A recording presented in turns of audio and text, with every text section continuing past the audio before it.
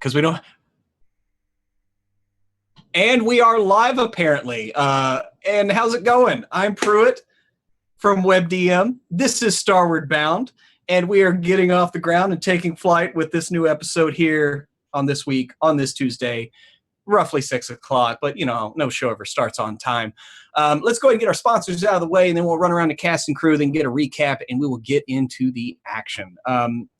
We are sponsored by Tabletop Loot. Head on over to tabletoploot.com and enter the code WebDM15 and you will get 15% off your dice. We'll have the website off to in the chat there. And so yeah, that's our sponsor. Go ahead and do that and you'll support the show. Let's go around to cast and crew and see how everybody's doing this evening. First and foremost, back with us. It has been too long. Emma, it's good to have you back. How are you? I'm good. I'm so glad to be back. I am sorry I missed last time. My whole family was sick, and I had to take care of all of them. But I hear that my space family was also taken care of by Hildegard, the mountain dwarf cleric. I'm glad everyone's here. Sounds like we figured out some shit, and there were Transformers, which is great, because I've never seen Transformers, and I have no idea what's going on there. I'm sorry. I'm sorry, Greg. I'm sorry. Oh, man. It happens. And that was the night we lost Greg. I had a hippie family. I had many years where I didn't watch any TV. It just happened. I miss things. Anyway, so I'm very happy to be here. And I'm excited to see what's going on. It's been so long. And I missed all of your pretty space faces. Oh. Let's move on over to Trey. How are you, sir? Yo, what is going on? It was back. All right, so I'm got my little welcome back dance. All right. Hey, in case you don't know me, I am Dakul, the half-elk Kinsey monk that likes to smoke, paint, and kick a little butt. So, yeah, let's get this thing going. Awesome. Let's smoke some paint. Yeah, sure. That seems healthy and not at all abnormal. Moving on over to everyone's favorite little halfling, Greg, how are you doing this evening, sir? I'm doing well, brother. I'm doing well. I'm still reeling a bit from the Transformers comment. It's a tough one to kind of take. It almost feels like an attack, really. But I'm going to go ahead and just move past it as I'll take the high road for the Transformers. But I'm here. I can't wait. Emma, I'm so glad you're back. Let's have some fun tonight. Elry got a new hat.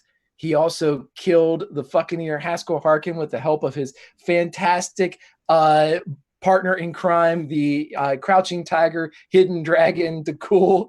And with that tag team action, we were able to finally rid ourselves of our being bad guy.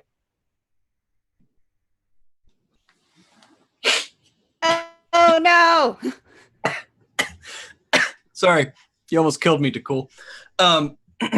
Yes, Greg, I know how you feel. What Emma said, it was kind of like watching the Transformers movie again for the first time. Like I got the same emotional. Yeah. So before I start crying, anyway, let's move on over to Kiana, everyone's favorite murder robot. Do not grieve. Oh God! God fucking damn it!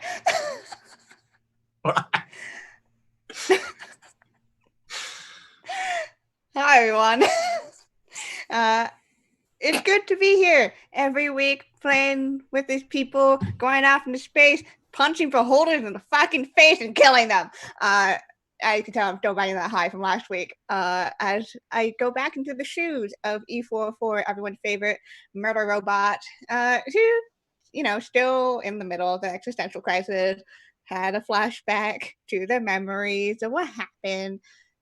So I don't know what's happening in the brain yet, but we killed the fucking near Haskell Harkin, so that's something in our favor. We're doing great, guys. We're doing fine. Yeah, anytime you can tick off an annoying NPC, it's a special warm feeling. So I'm glad that y'all got to accomplish that at least last week. So let's do a quick recap of the events, bringing us up to the present. The party, in the pursuit of Haskell Harkin, found their way to the Toho Sphere. They found their way to the celestial turtle Aspidoshan, and through a series of clues, discovered a portal to the plane of water. Upon passing through it in the Dawn Rose in submersible mode, because it can do that now, they managed to find a small, work camp type village. Did battle with 3 hooded figures that availed themselves of telekinetic power. The party did very well against them and ran off their master, which the party assumes is an Illithid by all clues. But Elry managed to drive off this overseer, as he calls himself, and then only to realize that they were surrounded by the fucking ear, Haskell Harkin, and his band, the fucking ears. What ensued was basically Butch Cassidy and the Sundance Kid. They went building to building, having a bit of a shootout that concluded with Elry blowing up Haskell Harkin. In that same fight, we did an inception dive inside of E404's mind and discovered E404 and a couple of other E units escaping a beholder ship that E has been seeing in their past memory files. They engaged this beholder and frankly kicked the shit out of it. But not before the ship they were on was racked with an explosion. It started to crumble. E found their way into some kind of chamber that then broke away. And the last thing that they saw was them tumbling towards what looked suspiciously like Neros 4, which is where E was found, only to wake up as Hilda, back in the real world, healed them and brought them back to finish the fight. And so, as the battle concluded, and as Haskell Harkin's hat slowly drifts to the ground as the explosion echoes into the distance, there's a cry of alarm from the Dawn Rose. And that is where we begin.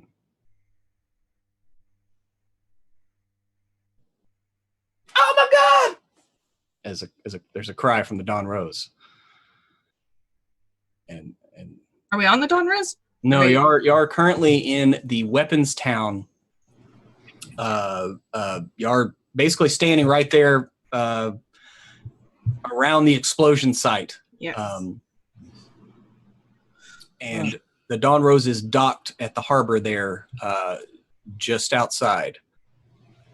Before we leave the bodies, I am going to check their pockets real quick. It was Haskell and 3 other people, right? Haskell, 3 other people, right?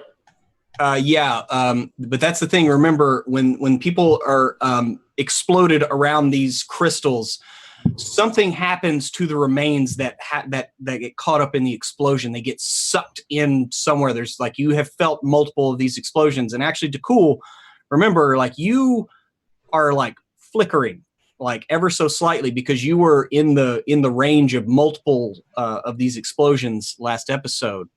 And so that's something to remember, that you were kind of almost flickering. Anybody who's looking at you saw you basically wink out for a split second and then come right back. And so that is something else that needs to be explored. Okay. I think we should get back to the ship immediately. Yeah, Hilda hoofs it. Yes. And I'm going to make quick haste with Hilda. Okay. As you are moving back towards the Dawn Rose, you see the oddest sight. It looks like Magus Krill and another figure, tall, kind of lithe, maybe elven. Don't give me a perception check. But they are astride another one of those ethereal dragons that you battled back on the back of Aspidocian.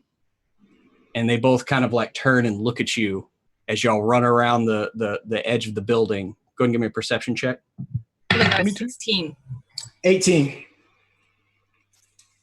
Okay, 22. Anybody who got above an 18 or above, you can clearly see that it is Magus Krill and Keiko Sakal on the back of this dragon as it takes off from the deck of the Dawn Rose and quickly just disappears into a portal and shifts away from y'all. And once again, all you hear are cries coming from below decks of the Dawn Rose, and you see a couple of people coming up on deck, one smattered in blood. You think it might be Castor. And at that, Cull begins bounding full speed as he sees his young ward with blood on his face. Hilda full on runs. Okay. You reach the Dawn Rose. There are cries coming from below decks. Where do you head first? I'm going to call and figuring out what the hell happened. Okay. Cole is checking on Castor. He was battling with y'all, so he is arriving with you.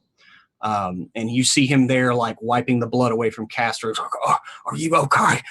And his hands are shaking, trembling. It's the first time you've ever seen, like, genuine, like, fear on the face and in the build of this. I mean, he is a half ogre, this massive beast, as he's delicately wiping Castor's face, this human boy, just covered in blood, and he's like, "No, I'm fine. Below text is so much blood, so much blood," and he just like crumples into Cole's arms, weeping openly. Oh, we're gonna walk down to the lower decks. Okay. Where are you headed? Below decks.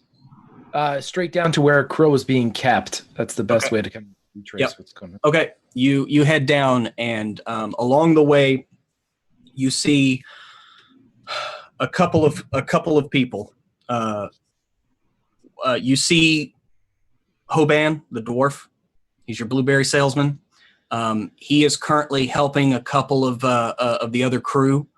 They're moving, but he's looks like he's tying off wounds, and you know, you see him pop a berry into somebody's mouth, and you move on down, and he's like, these are fine, but and he looks right at you, Hilda, and he's like, "Hurry."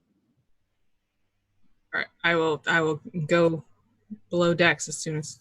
Okay, I can. you get down to the rear bottom deck of the ship where y'all had in this small storeroom Magus Krill, and if you recall, you asked Templeton Ledbetter to have. You wanted 5 of the best people on him, so he went and got Keiko Sakal, Xander, and a couple of others, and you open the room, and there is just blood everywhere. You see Templeton Ledbetter laying on the ground. It looks like he's been run through at the chest. You're not sure if it's from the front or the back, but the strike looks like it goes straight through his heart.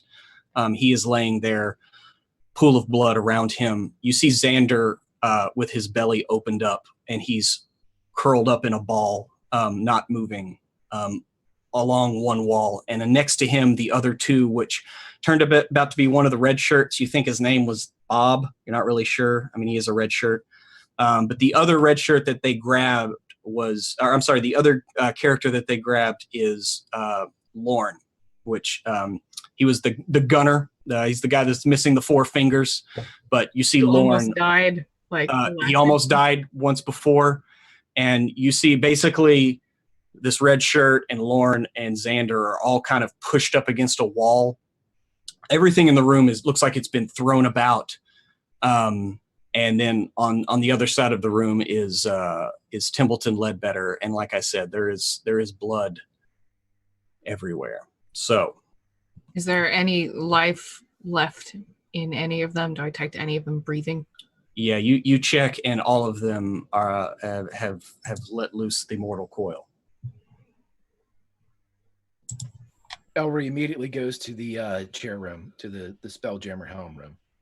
Okay, so Elry is taking off and heading up one deck and towards the front of the ship. I see While he's en route there, is anybody else doing anything here?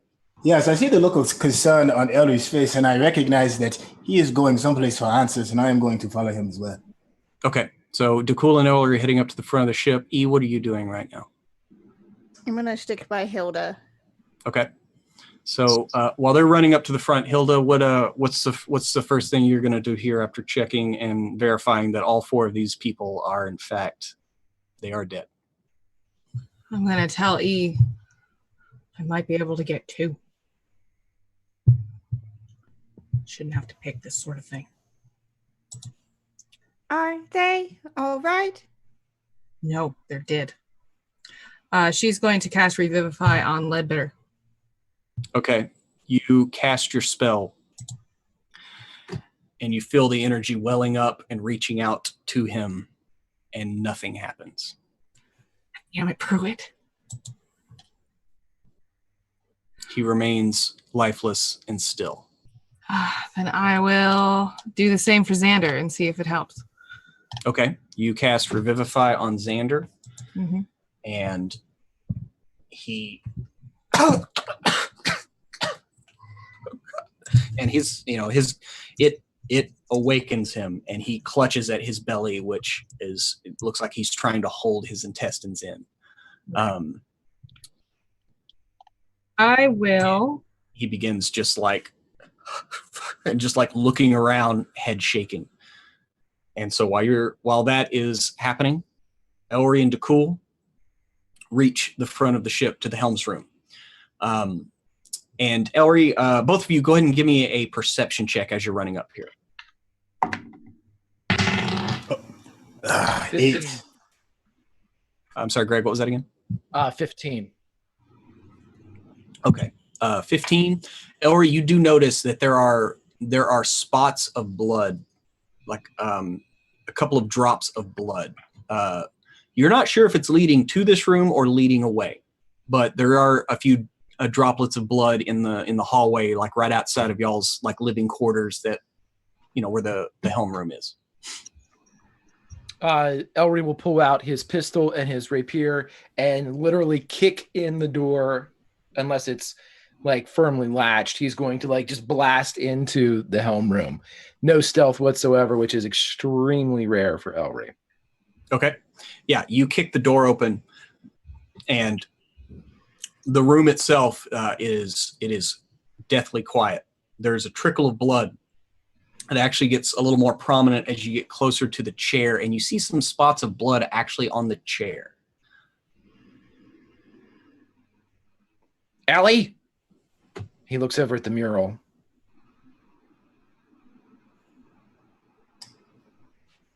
Ellie?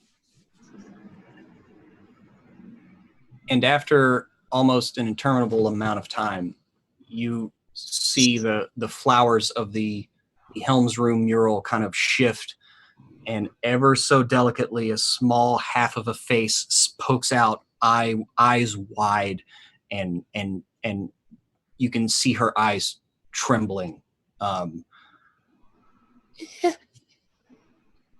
Elry. Elry will run over to the mural and drop both of his weapons and slide and get as close as he can, meaning to hug her if they will allow it. Yeah. Ellie, as they see you run over to them, like the mural opens up and they come bounding out. They don't even like take a step. You just see them kind of like their legs kind of extend towards you, and in a full-on hug, as much as this 18-inch frame can, like full-on hugs you like around the neck. And Ellie is like trembling, like in fear. And Dakul, you can see Ellie like looking around, looking at the chair, looking at the door, back out, like I didn't know what to do, Ellery. No, you did fine. You did exactly what you're supposed to do. Ellie, can you see him? The fat man. Can you see the fat man? They're not here. They did. They They tried did to. the same. They Yeah, tried they did the same thing Dakul did. They took Dakul this way. They're in the. They're in the material. I think so. Please don't make me look yet, please. I don't want to. They tried to take me. I fought them. I didn't mean to. I hurt them. Didn't You hurt who? You did this? And Ellie kind of like looks at the chair. And they tried to take the ship. And she like looks at it again, and you see her eyes kind of flicker dark a little bit, and you just see thorns come out of all of on the chair where it looks like there are vines going to all the roses. You just see thorns like and then retract. It's all Good. I could think to do. It's a good thought. Who did you hurt? It was Keiko. She tried to convince me that we were just leaving, but I didn't. Ellery, I didn't feel you, and I asked, "Why are we leaving without you?" And she tried to take. And she told me, so I hurt her, Good. and she ran away. She hurt some other people too, Ellie. I can feel them. And like a look of confusion comes over their face. She's like, I try not to, and they look at Dakul when they say this. I try not to eavesdrop, like Dakul says, but the room went silent, like silent, and I couldn't feel anything from it, and then there was screaming, and then they came, and then she came. I don't know.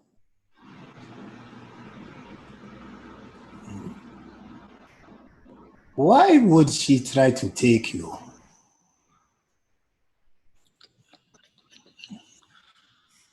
I don't know. You do not know, huh?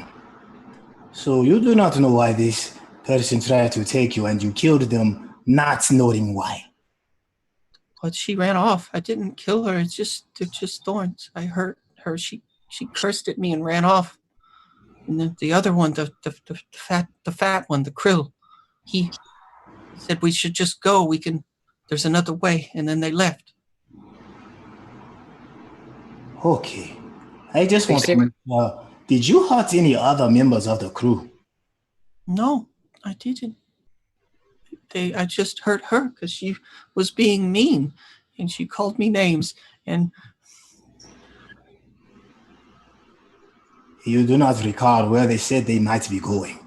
they didn't say. They just the krill one said that there was another way and that they could escape. And she was mad. She wanted to take me. What were they looking for at the desk? At the where? I'm sorry. The desk. The desk where the thorns came in. It's just the one that she keeps glancing at. Oh no, The it's helm- like the helm's helm. chair, the actual helm chair. I got Yeah. you. All right, Like all right. the thorns came out of it, so if Keiko was sitting in it, it wouldn't feel good. All right. Ellie, you did exactly the right thing. 100% the right thing. We need to find him. We need to find her. So whatever other thing they have planned doesn't work. And then Dakul and I are going to hurt them so they don't do it anymore. And I intend to call her plenty of names too before we do it. Oh, okay. What? So you want me to look for them? Just look for that thing they were flying on. Okay. I'll be right I'll be right back. Don't leave. Don't leave. I'm staying right here. And he sits. Ellery sits down like crisscross applesauce right in front of the mural. Okay. And she walks back, parting the roses out of the way. And as she does that, we're going to cut back to Hilda and E404. Hilda, you have just cast Revivify on Xander. Yes. And he wakes up spitting up blood, still trying to hold his intestines in. I'm going to cast a level 1 Cure Wounds on him. Okay. All right. Yeah, you cast that, and your healing magics begin to reknit his torn abdomen. It's 8 back.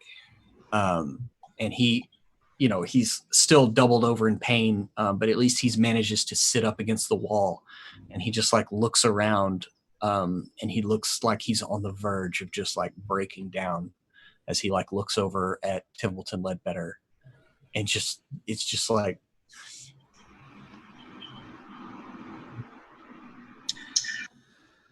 I'm sorry, Captain. You did your best, Xander.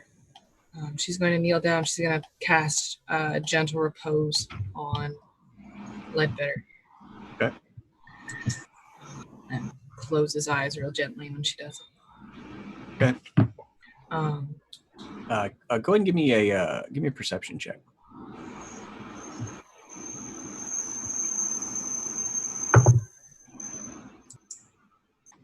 $18. Okay.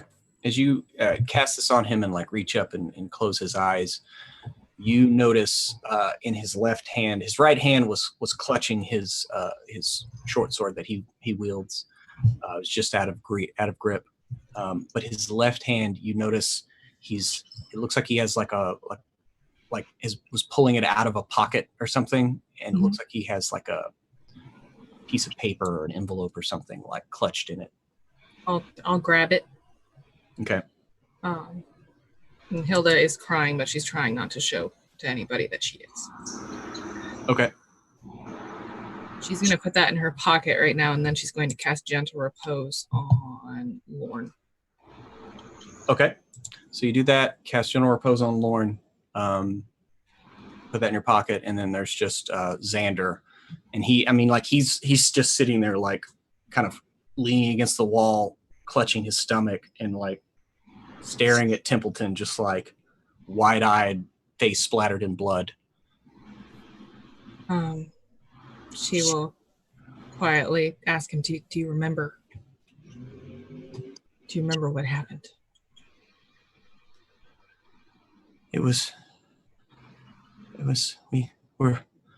watching Krill, and I remember Keiko and Ledbetter were just talking over just bullshit, just talking, and I was talking to Lorne,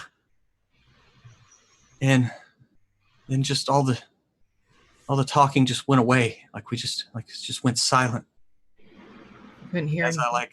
I looked up and I turned to crowd, ask what's going on, and I couldn't hear anything, and I see Call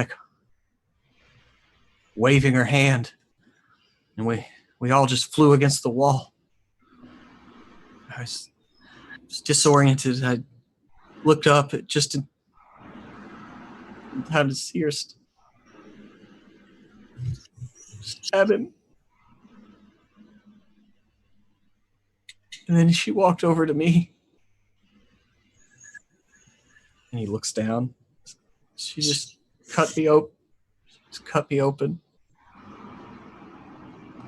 Just a little smile on her face.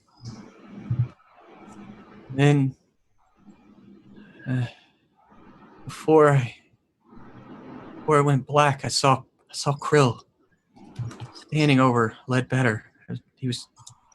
I could almost hear at that time something. He was casting something. I don't know what, Captain. I'm sorry. None of this is your fault, Xander. It's mine. Sorry, Captain. We'll fix it. Just have to fix it. That's our job. We fix these things. No, you don't. Do our best. I have one thing I can do. Right now. Excuse me for just a moment. And she's going to start murmuring something. Probably that nobody's ever heard her do before. And she is going to cast Locate Creature on Keiko Sakol. Okay. If she's within 1,000 feet of us, then I know where she is, and I know which direction she's moving. Okay. Just want to see something right quick.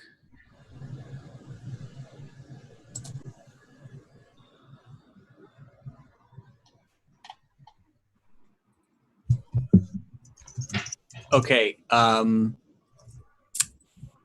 You start to get a feeling, the direction that they flew off. You start to get a feeling of of the spell leading you that way, and then it's like it just hits a wall. I mean, you did see them probably go into the ethereal plane, and so you would hazard to guess that that's probably what's blocking you. Okay. In that case, she's going to go up to E, and she's going to point at Red Shirt. E, do you understand what's going on? What happened? I remember Carl saying that sometimes biological creatures can't be repaired. Yep. That's what happens sometimes. That's what happened to Hamilton. That's what happened to him. That's what happened to Ledbetter. That's what happened to Lauren. I'm going to try to fix it. I'm going to try. Sometimes it's difficult, but what's the point if you don't try? Yes, you were able to reactivate Xander. Was. I don't know what I'm going to do for the rest, but him, Red Shirt. I don't think there's anything I can do for him.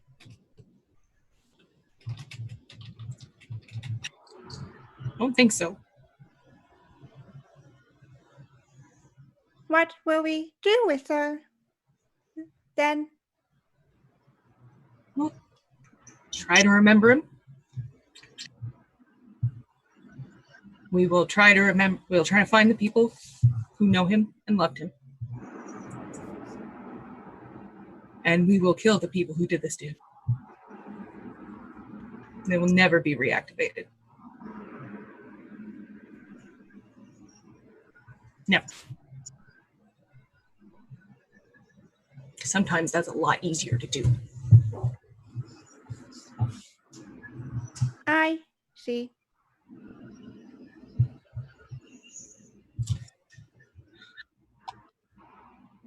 And Xander, can you walk? I think so, maybe. He starts to try to get up and is obviously in pain. Would you like some help, Xander? He meekly puts a hand out, trembling hand for E to help him up.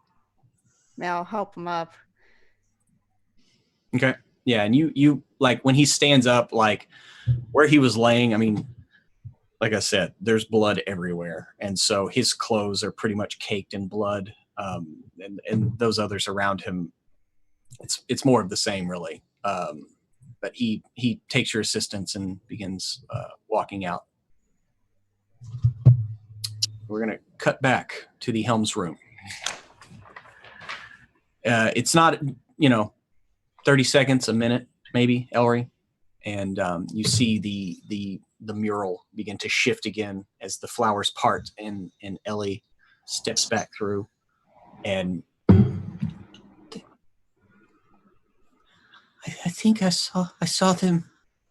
I don't know where they went.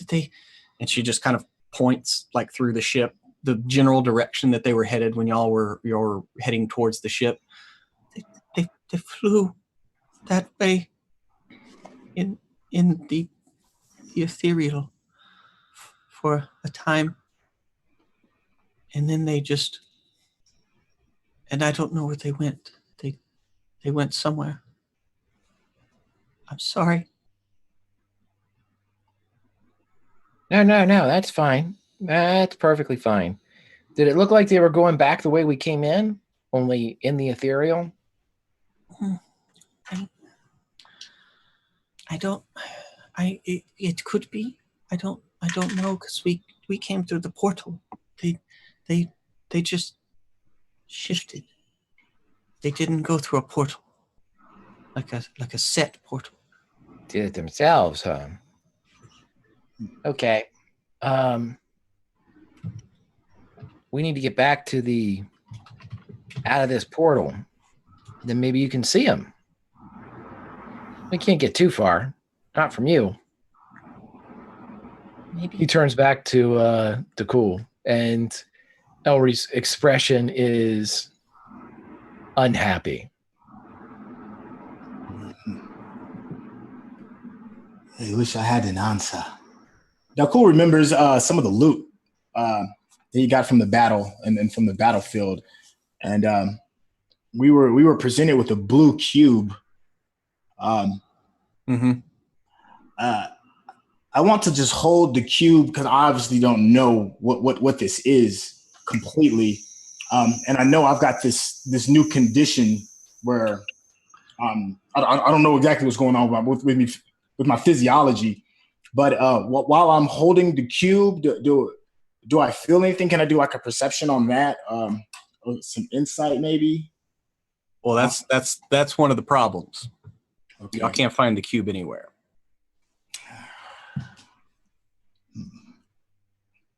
Do you go searching for it? I guess I should ask that question before I say you can't find it anywhere. Huh? I want to just say that exact same thing to Elry and just imply that I've already kind of discussed that without being redundant. Okay. I think that cube may have some answers. Unfortunately, I do not remember all of the details of when I was taken. But I feel that maybe if we find the cube, we can know what the next step is going to be. Dakul's gonna go look for Hilda. Maybe ask her. Mm-hmm. Maybe backtrack our steps. Before I leave, though, Elder, what do you feel about that? I like the idea, Dakul. I do. This guy's he's a bit of a piece of shit, and so is she. If I, knowing full well how a piece of shit needs to act, they can't get that far doing what they're doing. He's going to run back to one of those circles that he likes to jump through, and then we're not going to know where the hell he's going. And he's probably going to run right back to where he was because he probably wasn't that far from one of those circles when we caught him on the docks. So you're saying we should go back to the turtle?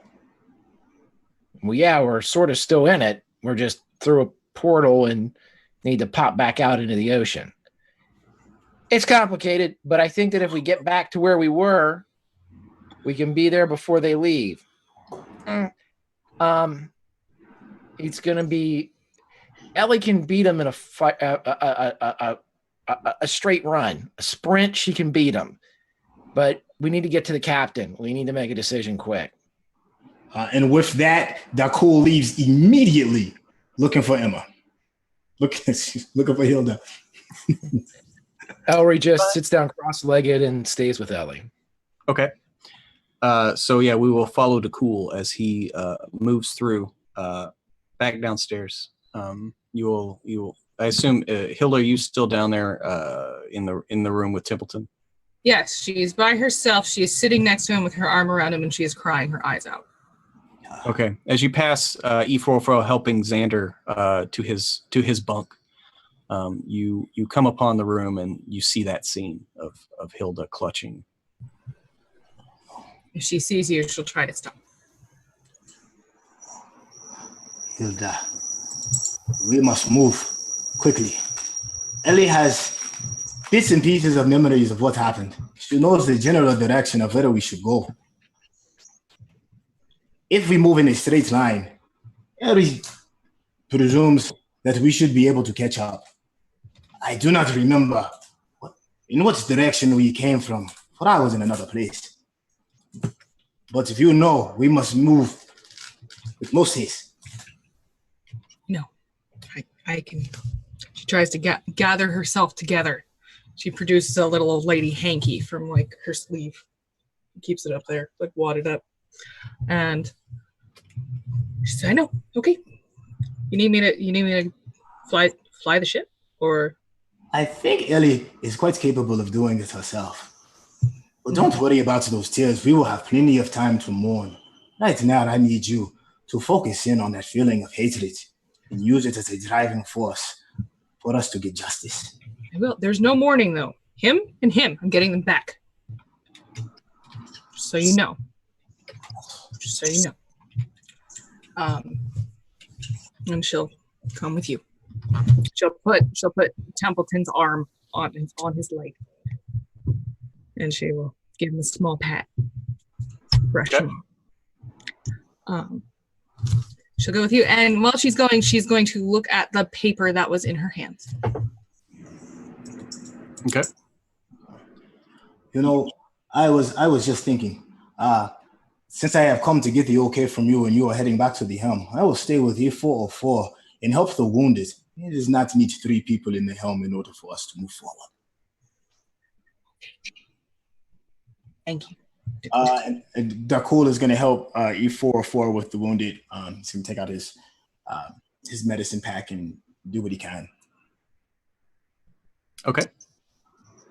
So you start rounding that up, and Hilda, you are moving towards the helms room. Yes. Okay. You get there to find Elry sitting on the floor cross-legged. Ellie is kind of like, basically he's holding her or holding them, to his chest, and they're basically just like weeping as you kind of see their shadow, their legs kind of going off into shadow and wrapping around Elry's waist, Mm-hmm. and their little green arms wrapped around his neck. Quietly say, Ellie, are you okay? You get hurt? I don't like the dead. I don't like not feeling them. I know that they're there, but I can't feel them. I don't like it either, really. That's okay. There are things we can do about it. Not right now, but there's things we can do. Be all right. We need to go, though. You think we can go? I guess I can. Okay. Don't. Captain, give me into cool a half hour to run through this place and see if there's anything else. Maybe grab a few of those crystals. We'll be back here lickety split. Okay. You want to sit with me, Ellie? And I could use somebody to sit. You see their eyes like welling, looking at Elry and back at Hilda, and like, yes, okay. Elry will get really close to Ellie and kind of whisper in their ear, Captain Hilda's really sad. Maybe you can make her feel better. Okay. I will try. Good. and he'll kiss her on the forehead and grab the cool and head out. And as Ellery is leaving the room, Hilda, you see Ellie like looking at you and like kind of walks up to you, and you see their legs kind of like extend up, and they kind of like hold their little hands out and go to hug you. I will give her a very big hug. One of those like bosom, like smothering grandma hugs. Yeah, and she and Ellie kind of like collapses against you, and you feel their shadow kind of wrapping around your waist. Mm-hmm. And at first it's a little cold, but then you feel Ellie's tears kind of like run down and hit you, and it's like a warm summer's day of just like comfort that washes over you when you feel that. You still feel the pain, but it's only cut ever so slightly by that sensation. I'm going to take something out of my pocket. I'm going to give it to Ellie. And it is a small copper statue of a hamster with saber teeth. Oh. And she like looks at that. Says that's for you. His name's Hellion. Thank you. I used to make those, but I don't anymore. Why don't you make them? It just didn't really make sense to anymore. You know? But why? It used to be something I could do. It was something that just made me feel whole.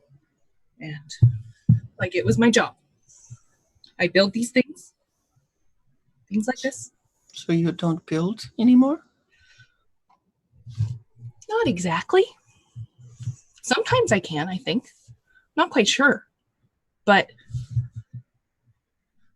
you know, I don't know if you understand the concept, but I'm an old lady. If you know what that means, you're very young. I'm very old. I'm almost done with my time here. Almost. Done? Yeah.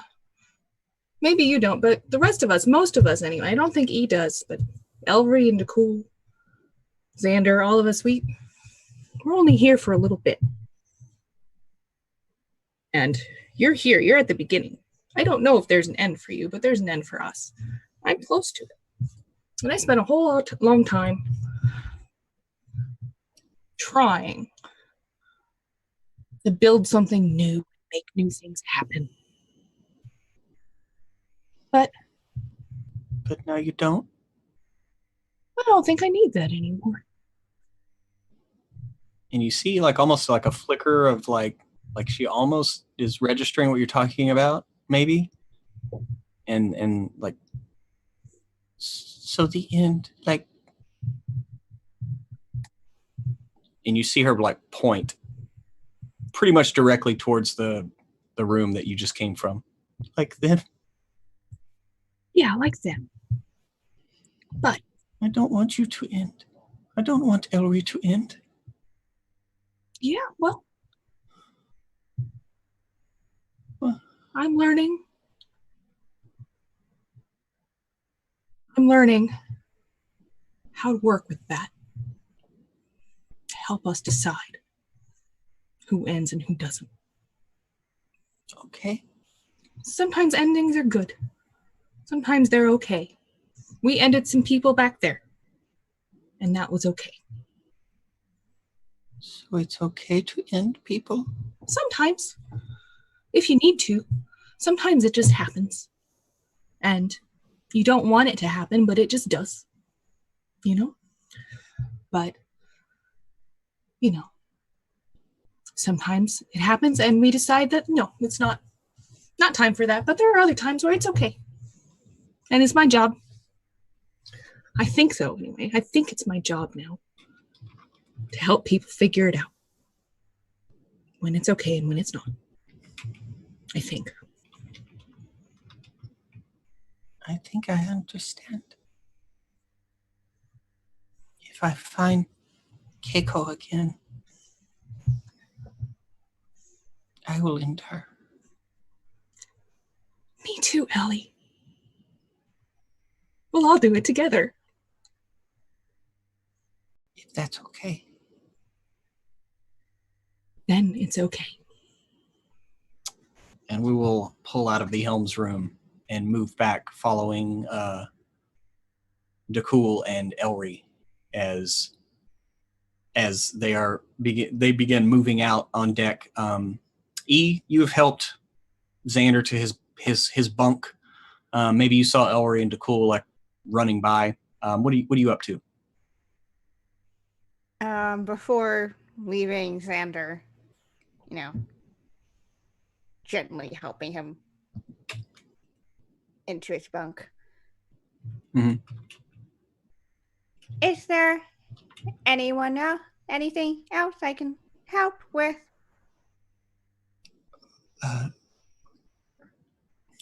No, E. Thank you. Just wish I could have done more. Templeton's always been nice to me, even when I fucked up. But you did what you could, right? I didn't do anything. We get slammed against the wall. It just happened so fast. I don't even... I'm fine. Thank you. E. I'm good. And he just kind of like... Seems like he kind of shuts down a little bit and kind of turns away from you. Yeah. Oh. Step out of the room and close the door. And head up onto the main deck. Okay. Yeah, as you do that, you basically see like Elry and DeCool like coming up on the upper deck here, and looks like they're heading back towards the village. I know that probably whatever they're doing needs to be fast, and he's not the fastest. Okay. And so they will just continue to help people, They can't heal, but yeah, they can help people move things around. Mm-hmm. Okay. Yeah. So you continue helping get the wounded stowed away in their bunks and everything. Thank you, the End Hero, for that subscription there. 5 months in a row. Well done. So as you begin helping, we cut to the chase here, and Elry and DeCool, you are heading back into the factory town area here. What specifically are you looking for? Elry didn't get a chance to look at the headquarters building enough, and then any types of crystals that they can find along the way too for potential blowing up of the enemies. I agree. I don't think we know enough about these crystals. So the more we have, the more we can study. And I also want to get both types, because there was 2 types of crystals, if I remember correct, right? If y'all investigate all these, you will find that there are 3 separate types. There's the smaller tier shaped that are about the same size as the mage lock pistol that Elry has, and which by the way, there are more than a few just laying around all these dead fucking ears. And then there is a larger teardrop, which can be found in the rifle that some of them had. And then there was a more flat disc, and those are the ones that you set in front of the door. And those you had recognized from the 3 humanoids that y'all had fought. They had crystals like at their palms, at their throat here. Those are the ones you could see, but they look kind of larger, circular, flat, and it appears like they look very similar to those. Okay. Yeah, we're gonna pick up those guns too. Any of those guns that we like, the long barreled rifle type things, and the pistol as well. So he's just gonna start slinging those and running around like a Revolutionary War hero. Yeah. Okay, yeah. I mean, you can find a number of the smaller crystals. I mean, you had gathered most of the ones up in one of the buildings, and that's what you put on your Tensor's floating disc. But DeCool had set up a trap that that never got tripped. So you find some of the discs there, and you can find some of the smaller crystals. All told, you probably have about 20, 25 of these things. How many of the guns can we carry? Because my idea should be to arm as much as our crew with those rifles as possible. Okay, about half of the Fuccaneers had rifles. Okay, now the problem with that is y'all, 4 of them in the building where Ellery blew it up, they got sucked into who knows where. So you can find 4 of the rifles from other Fuccaneers, and then you can find 7 more pistols. So all told, you have 7 pistols and 4 rifles there. Okay. Or actually, no, you said you picked up one. Did anybody else pick up one? Hilda had one. Hilda picked up one. Okay, so you find 6 more, because I was subtracting one for the one you had already picked up, to cool. Okay. So you find 6 more pistols. 6 pistols and 4 rifles. Got you. Yep. But yeah, other than that, I mean, if you look through these factories, you can tell that the main 4 along the top row there, they were all like production, like breaking these things down and milling them. And then the other 3 buildings look like they were for constructing the pistols and the rifles themselves. You see some of the, you see a couple of like schematics of these things, kind of half, just dusty and old.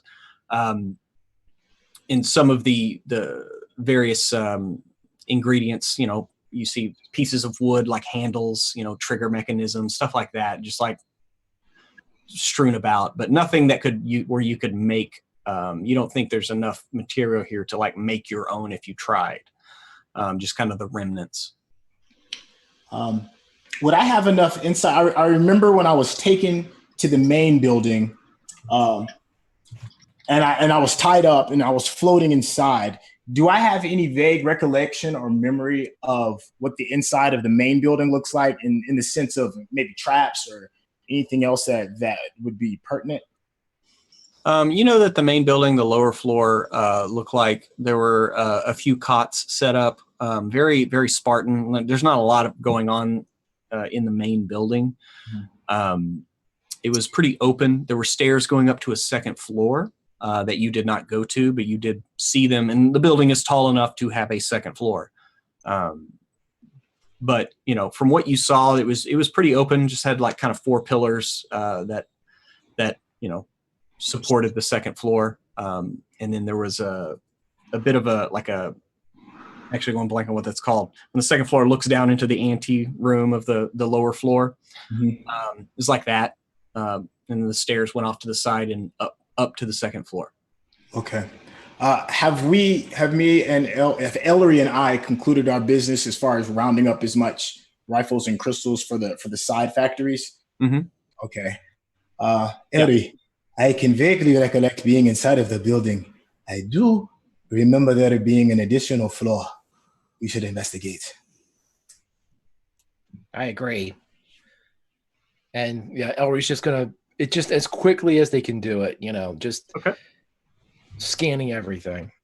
Okay. Yeah, you run up to the second floor of the main kind of headquarters there. And like I said, when I described it last time when you were up there, Ellery, it also is. There's not a lot here. There's a couple of desks, like drafting desks, and there's like blueprints or something on there as you get to the top of the stairs.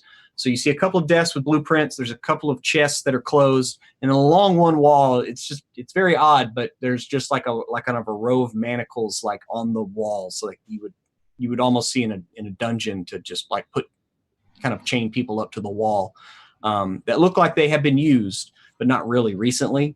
But there are no remnants of any people here or anything like that.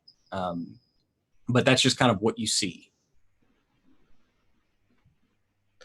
Okay. He's going to just take everything. There's no time to really kind of, so he's just going to, just sweep, even take like, if some of the manacles can come off of a peg or something, even take some of them, just like anything that he can think of would have some type of bearing on this situation. He's just, the plans, the papers, the whatever, he's just shoving them all into a sack and then Okay.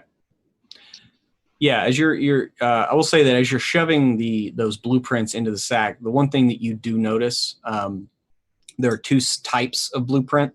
One of which looks remarkably like E404, and the other looks like a humanoid form with various. You can't read the writing, but there's various points on the body marked out and things like that. So you just find a couple of sheets of this, different versions, like talking about different layers, or you're not really sure.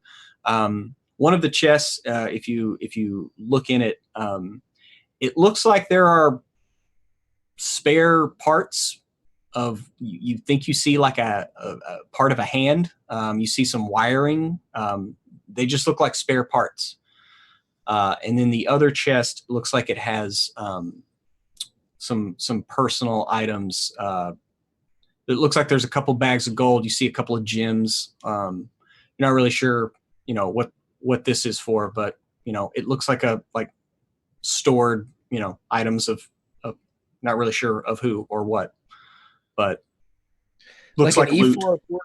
Like one of E's hands. Yeah, I mean, I'm not even going to have you roll for it. It looks like a part of one of E's hands. And then, like I said, it's a fairly big chest. It's pretty heavy. If you wanted to take this chest, like it would take both of y'all to try to drag it, because it's full of spare parts. So I've got a tensors left. He'll just tense him up and start. Okay. That's usually the way he's carrying it with a 9. So he's just throwing everything on tensors as he. Yeah. Okay. Well, in that case, you manage to load you load everything up on there. You can load the rifles, the pistols, all that. You can get it all on there. And it takes you like half hour, 45 minutes to get everything and to start heading back towards the Dawn Rose. Okay. Cool. Okay. E, you're maybe helping people on deck whenever Ellery and DeCool return. It seems that you have found something.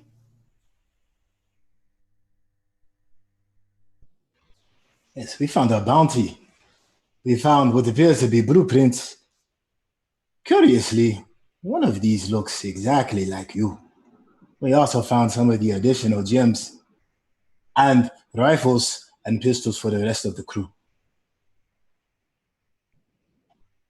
A blueprint that looks like me.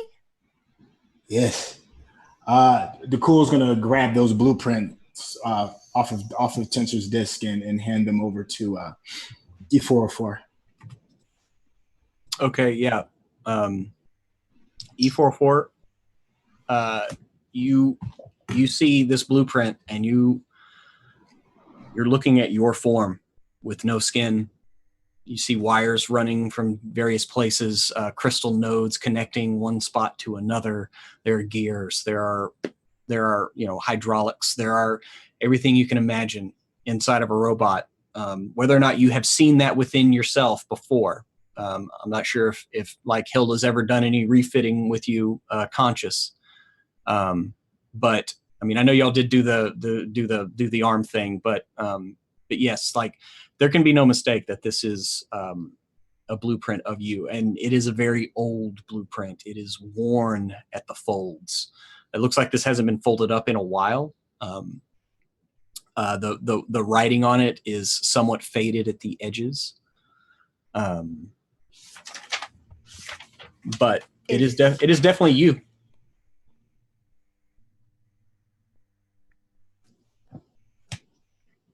Is there any marker or stamp that indicates where this blueprint had come from or who it belonged to? Mm-hmm. Yeah, along the bottom you see you see like what looks like it says something along the lines of the Order of the Makers. And then you see you're not really sure what the next part is, maybe some kind of designation of location or something, but you can make out the letters LVNA. Excuse me, LVENA. They're just kind of a worn part, and then you just see those letters kind of out to the side after that. Like I said, at the edges, it's very worn. You can make out like parts in the middle that are, this is the servo gear that controls the shoulder joint, and like I said, there are multiple layers to this. So it shows you at a few different layers. One like a major, your basic skeleton, then your servos and gears for motion, and then like the wiring that kind of ties it all together. And so.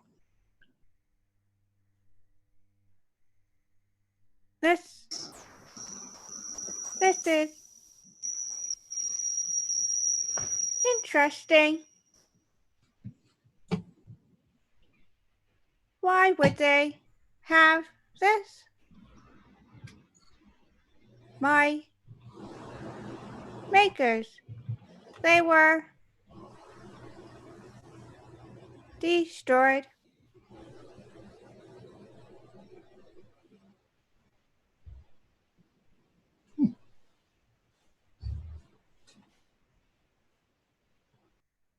I had thought that the factories had also been destroyed and everything with it.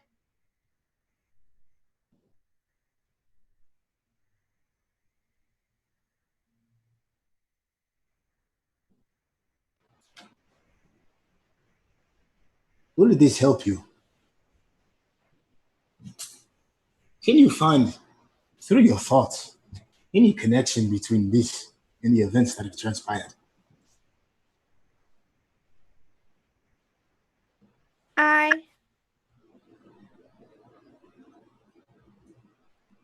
And you get a flash of remembrance of your last.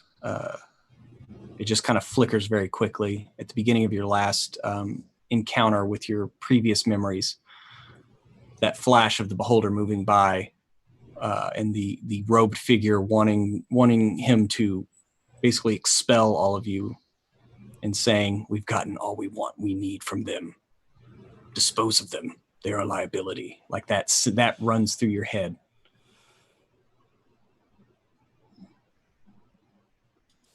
Before I was found by Hilda, I had been in a ship with a beholder and a figure like the tester here. Same purple robes.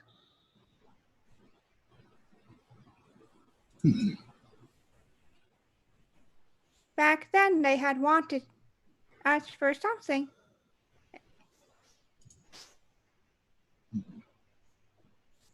So all of this seems to be circling around. However your composition is, they want you for something, and they needed us to test something out. Very curious. Yes, in the past, the figure said that they were finished with us. They had gotten all the information from us. Okay. That is the clue we will keep in our back pocket. How far is Hilda still at the helm? Yeah. No? Yes. Okay. Dakul is going to ask Greg if he has any of those blue gems, one of the smallest gems, and ask to have it real quick. I have a very reaching idea. Give me one of those gems. Yeah, he'll absolutely. They found 20 or so of them. Yeah, you'll find like 20 to 25. Yeah, and sorry for being quiet, everybody. My internet's being real bad, so I'm trying to do something. I will be helping as much as I can. Yes, here they are. Okay. And Pro is with my flickering condition that's going on. Is it still going on? Like every now and then, am I still flickering, or is it just done now? Or is it still like a reoccurring thing? And also, is anybody else noticing it? I will say that during the battle, I mean, if anybody was looking at you, they would have seen it.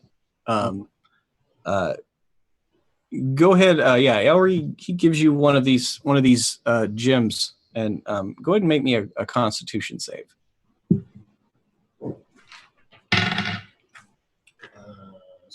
20. Okay.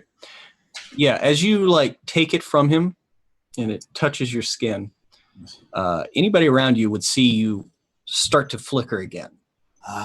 And then if you remember when you were laying your trap, that happened, and then one of the gems started to light up just a bit. Yes. And the same thing happens. The gem that you were holding begins to light up just a bit. Okay. With a bit of a curiosity and a grin, Dakul is going to head straight to the helm where Hilda is. And he's gonna say kind of out loud, I think I have a far-reaching idea. When you have time, come to the helm. He's just saying that to both Greg and you four, and head to the helm. Okay. So you head to the helm, and where you find Hilda sitting in the helm's chair, holding a sleeping Ellie.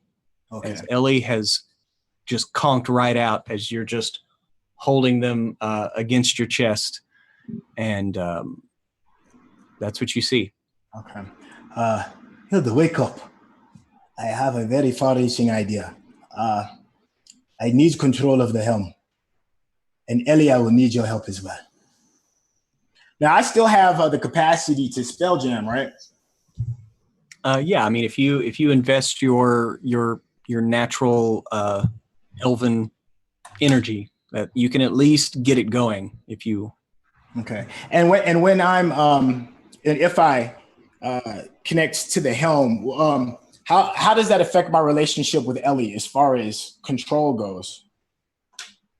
I mean, anybody you already kind of talked to her about it, and like anybody can spell jam the ship itself. Because it is a spell helm, spell jamming helm, so you can control the ship. It's more of like Ellie has a bit of an override feature, because it is kind of their home. Okay. But if you can just spell jam the ship without them around if you want. All right, we are not going to go anywhere. I want to sit in the helm and connect. Ellie, if it is possible, I know you have an ability to see further than the rest of us. For whatever reason, this piece of technology in this crystal seems to change me. I want to connect to you, and hopefully you can get a better reading of what is happening to me. And if, while I hold this and the flickering continues, can you find a connection between other sources of this type of power and or people who can wield this type of power? Then I'm going to hop into the helm and ask Hilda to hold the gem for the moment until everything is connected. And then when I'm connected in, to hand me the gem, and then just ask Ellie if she senses anything. Okay, yeah, you say all of that, and then hop in the helm's chair, and Ellie's just like, get up, you little brat. Whoa, they're cool. This is not the time for naps. We have work to do, and we need haste. Wake your ass up. They're cool. Your mom never woke you up like that. I am not this creature's mother. I am a member of the crew, and we have a job to do. There will be no sleeping at the helm. When I wake you up, I'm much nicer than that. We are arguing about the wrong thing at the wrong time. Get your ass out of the chair. Are you high again? Is that your answer for everything? I have clear focus right now. The more we dilly-dally, the faster and farther away. Are you going to help me or not? Yeah, just cool your mellow just a little bit. Shit's gone down. Okay? Jeez. I am sorry. I do not know what's going on with me and everybody else. Maybe it is stress. But regardless of the fact, we must move much quicker than the way we are moving right now. Okay, so you want to sit in the chair, and you want me to give you this. Yes. If you have not noticed, during the last battle, strange things happen when this gem is around me. It appears it may or may not be connected with our villains disappearing into the night. I think Ellie could help us. Okay, Ellie, are you okay with this? Do you know what this thing is? We need a jar of milk or something. Jesus. What? What? Get your petals in order. We have work to do, young lady. Ellie kind of bats their huge eyes at DeCool and kind of wipes the sleep out. What is that? I am going to connect with you. It's a shiny. Yes, it is quite shiny and very powerful. Now, when I connect, I want to know if you can feel me. Okay, DeCool. I need to go. And kind of Ellie climbs down from Hilda and walks to the mural at the front of the Helm's room. She's like, it's not going to hurt, is it? I don't believe it will hurt you at all. Okay.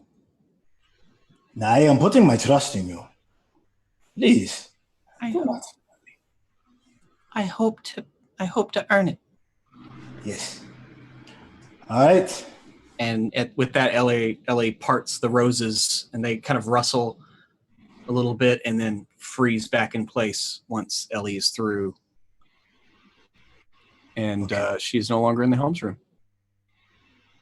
All right. All right, Hilda. Hand me the gem. Okay, so you're connecting to the Helm's room? Yes. Okay, you invest your spell. The chair does its thing where the kind of the leaves wrap around and form a helmet around your head. And you feel the energy thrown through you. And you can more sense Ellie's presence as you open your eyes, and you are the ship kind of goes away, and it is just your presence and your focus and your perception from the ship itself. This will always be an amazing feeling. Ellie, can you hear me? Yes, I'm here. And they kind of like walk into your field of view, and they're just kind of like standing on nothing. They're again, their legs kind of drift off into shadow. But Ellie, when you're in this, you notice though that Ellie is a little bit seems bigger, like on par with you. Okay. All right, Ellie. I need you to pay attention. Oh, okay, DeCool. I have no idea what is going to happen, or even if this is going to work. But we are grasping at straws. Now, when Hilda hands me this gem, something happens to me when I am not connected to the Spelljammer. I hope the same effect happens while I am connected. Please, do your best to figure out what is happening, where this energy is coming from. Where could we be going? Mm-hmm. Okay, yeah. All right. I'll do my best. And she's just kind of like looking at you, like very, like she's scrutinizing you, like. Hilda, if you can hear me, hand me the biggest gem you have. Okay. Gives you the biggest blue gem she's got.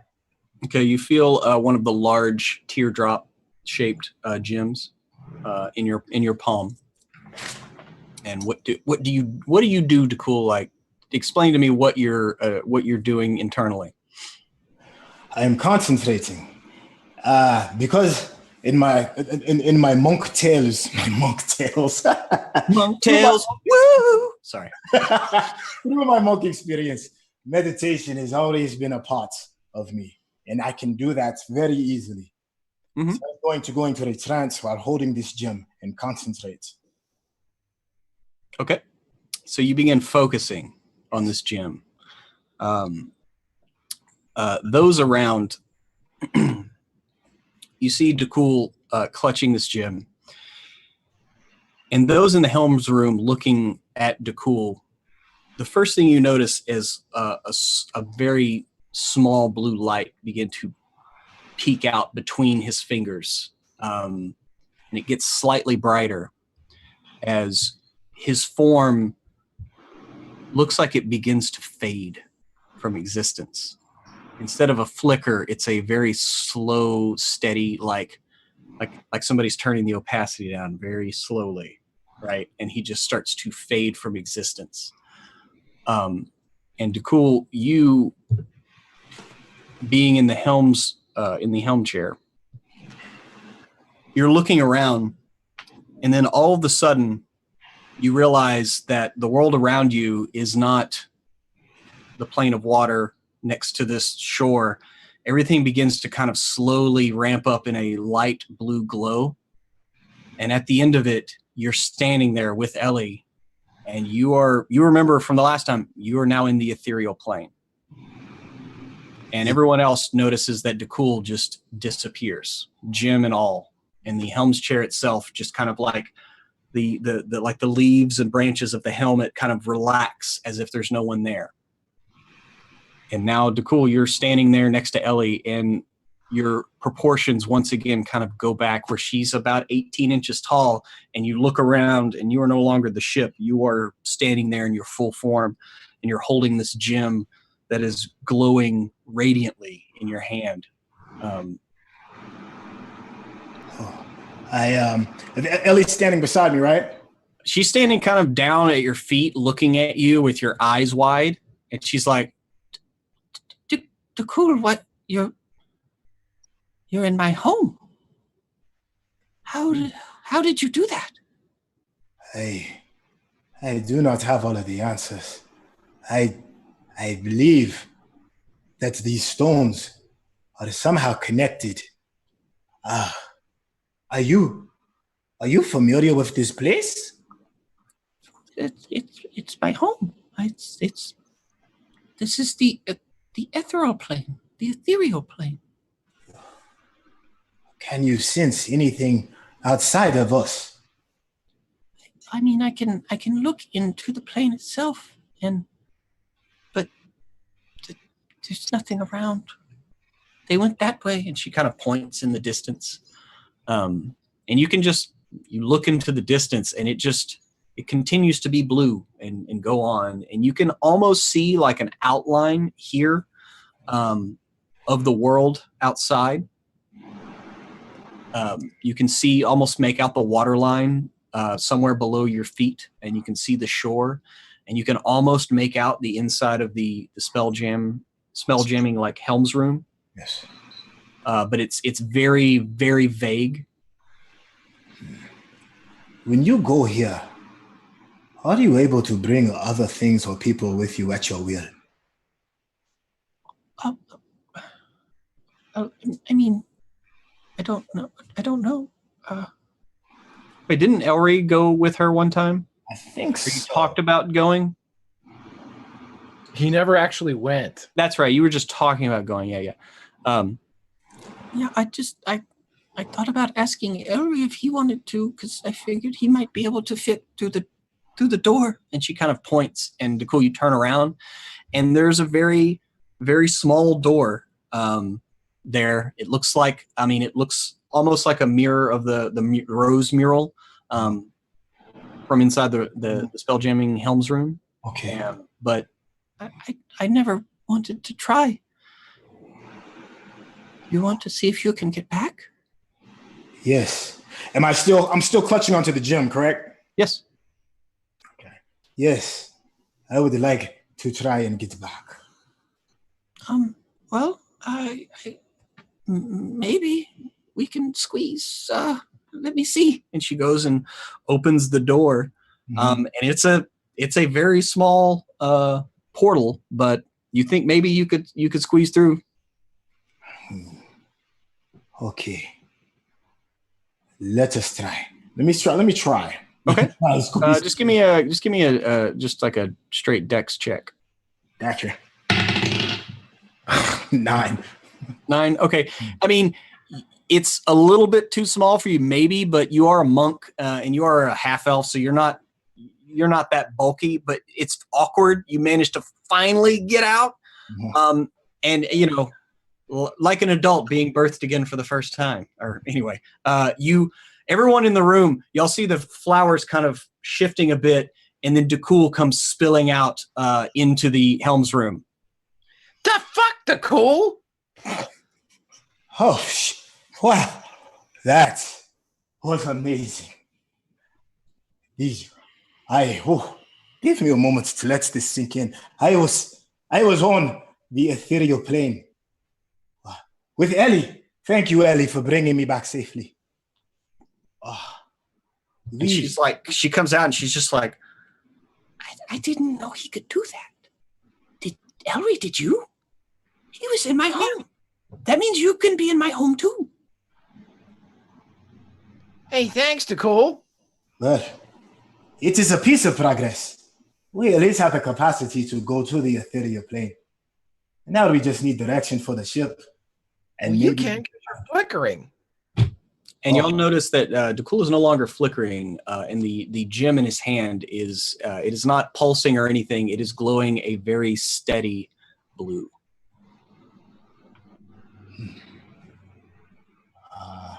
I'm going to put the gem down so that it's not touching me anymore. Okay. When you put it down, it dims, but it still has at its heart like a tiny mote of light at the heart of it, but it dims considerably, probably like 90%. I know this. We can go to the ethereal plane. I don't know if we can all go at the same time. But maybe if we head in the direction that Ellie has told us to, until... But they left. No idea. They left the ethereal. I saw them. Shit. I think they just used it. They used the ethereal to get to places. Yes. I read this book as a kid called A Wrinkle in Time, and they had a thread that they would, and you could like take the thread and you could stretch it, and then you could bring it together and you could stretch it, and if you brought it together, I don't know where I'm going with this, but I think what they're doing is the ethereal is they're cheating, and it's like a thread. I don't know. I think they're just trying to cheat. Go faster. Well, the ethereal lets you go places quicker. The distance isn't as great there as it is here. So they could get further away quicker, I think. So you know where they left. And again, she just kind of points. She's like, they left that way, and I don't know where they went. They could have gone anywhere. I don't know. I'm sorry.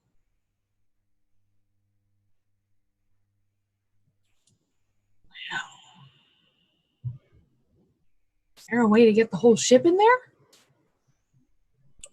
I don't know. I don't know. I don't know if that's possible.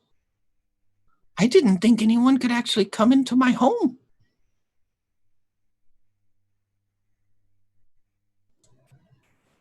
Oh, goodness. That's pretty trippy. Hella's going to look at the blue crystals. She's going to look at like maybe the spell jamming deck, and she still has smith skills. Is there anything she can think of that might be able to do something? With these crystals, you're not sure. All you saw was that when they were like struck, that they exploded, and when Ellery fires his, it lights up blue and then fires a bolt of energy. And when y'all were fighting those three hooded figures, they had crystals at their palms that whenever they were doing whatever powers they were doing were lighting up a similar color of blue. I am still grasping at straws. If we make a large enough explosion, do you think we could be all sucked into the plane? What the fuck are we talking about? We're trying to get Why are we, everybody why to the ethereal do plane this? I mean, because we want justice. I'm not a scientist. Why don't we just fly as fast as we can and we'll think about it along the way? And if it works, I could do that. yeah, let's bust ass. Let's get out of here. I mean, we're going to be taking samples and shit before long. Hilda takes out her notebook and takes a few notes, and she's like, "You're right, Ellery. You're absolutely right. Let's get the fuck out of here." God damn it, I know I am. Let's go. Okay, so you are now disembarking, and do y'all want Ellie to fly or somebody else flying the ship? Question. I think Ellie. Hilda's out of spells, and Xander's guts are in his abdomen right now. I vote Ellie. Ellie, fly the ship and do the 10 thing, but get the 10 as quick as you can. Like 1, 2, 3, 4, 5, 6, 7, 8, 9, 10. Like just blast it. Straight line, need for speed, up top, down low. Let's go. Oh, okay, Ellery. Everyone, hang on. And when she says that, like, it's that thing where she's not talking, everyone just kind of hears that. And from like down the hall, you hear everyone go, "Oh shit!" And like, like everybody's like bracing themselves. And the ship itself, you can kind of feel it like drop down and begin to lower down. You can kind of hear the walls creak as the ship submerges and begins to travel through the portal back to the prime material plane. And it's only a matter of a few minutes, 10 at most. You manage to traverse through the tunnel and begin to surface from the sea on the back of the giant celestial turtle Aspidoshin. And you are now back in the prime material plane, breaching the water. The sails expand out, and the ship begins to climb. And in your heads, you hear Ellie. Where are we going? Where do we want to go? Captain, I say where we were, because if he's got to circle anywhere to bamf out of here, he's going to bamf out at that circle. You know? Does that track with when I cast that spell, what direction they were going? I mean, the direction that the spell started pointing was the direction that y'all saw them flying off in before they entered the ethereal plane, right? And so and then from Ellie, she saw them fly a little further in the ethereal plane and then leave it. So that's as much information as you have right now. And you get back to the prime material here. And so... Okay. I'm not sure where she go. Let's go there. Let's go where you say we should go, Ellery. Goodness. Yes. I'm talking like I've been here for the last 2 weeks. Yeah. Okay. So do y'all want to backtrack basically? Do you want to go back to the 4th spire on Aspidoshin and start there? That would be my suggestion as well. Okay. You then head back to Aspidoshin, to the 4th spire. And you get there.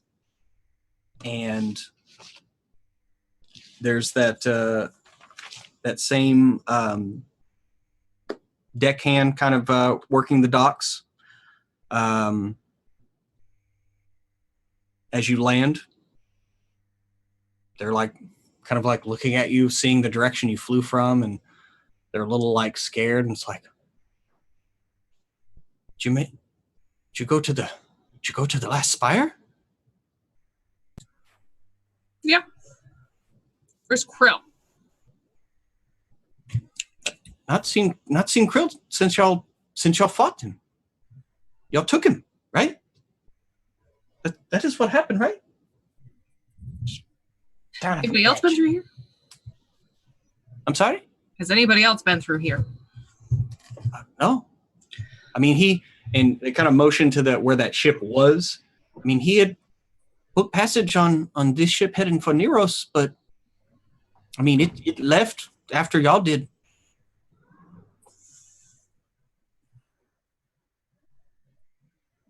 Captain, he didn't want any part, so he left. Who is this? The captain of the ship. Of people next to us?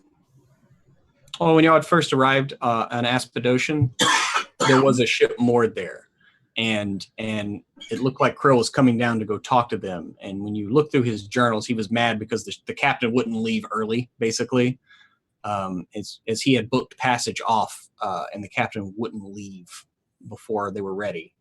And so, how long after we left did they go? I mean, y'all been gone for not even a day, few hours. 2 hours after we left. Mm-hmm. Mm. Our leader, he talked to them. Where's your leader now? Oh, he who sees beyond the spheres. What? He who sees beyond the spheres. That's our leader. Where? He's up top. You want me to get him? Yeah, please. Oh, be back. And young kid, probably not even out of his teens, he comes scampering off. And, same guy that, Ellery fought alongside to bring Krill down. He comes back. You recognize him. He's got some tattoos on him, fairly well built. But he comes down. Y'all have returned. You went to the last fire? We did. You We're survived. looking for Krill. We have not seen him. I'm sorry. Not Not our since you took him. neighbors. They knew Krill and then they left. Yes, he was. This one said you talked to them. Well, he was insistent that they leave. The captain, he wasn't going to be bullied by money or power. But after the altercation, he seemed like he didn't want to get mixed up. He was very even returned Krill's money. He didn't want any part of him. Shit. Well, I don't know, you guys. I gotta go to bed. I'm thinking some things through. Well, wait a minute. Where was he taking him? Where was that ship taking him? Neros, right? His destination was Neros, the Neros sphere. Yeah. He might not want to Krill that he could be bringing stuff around. Wait a minute.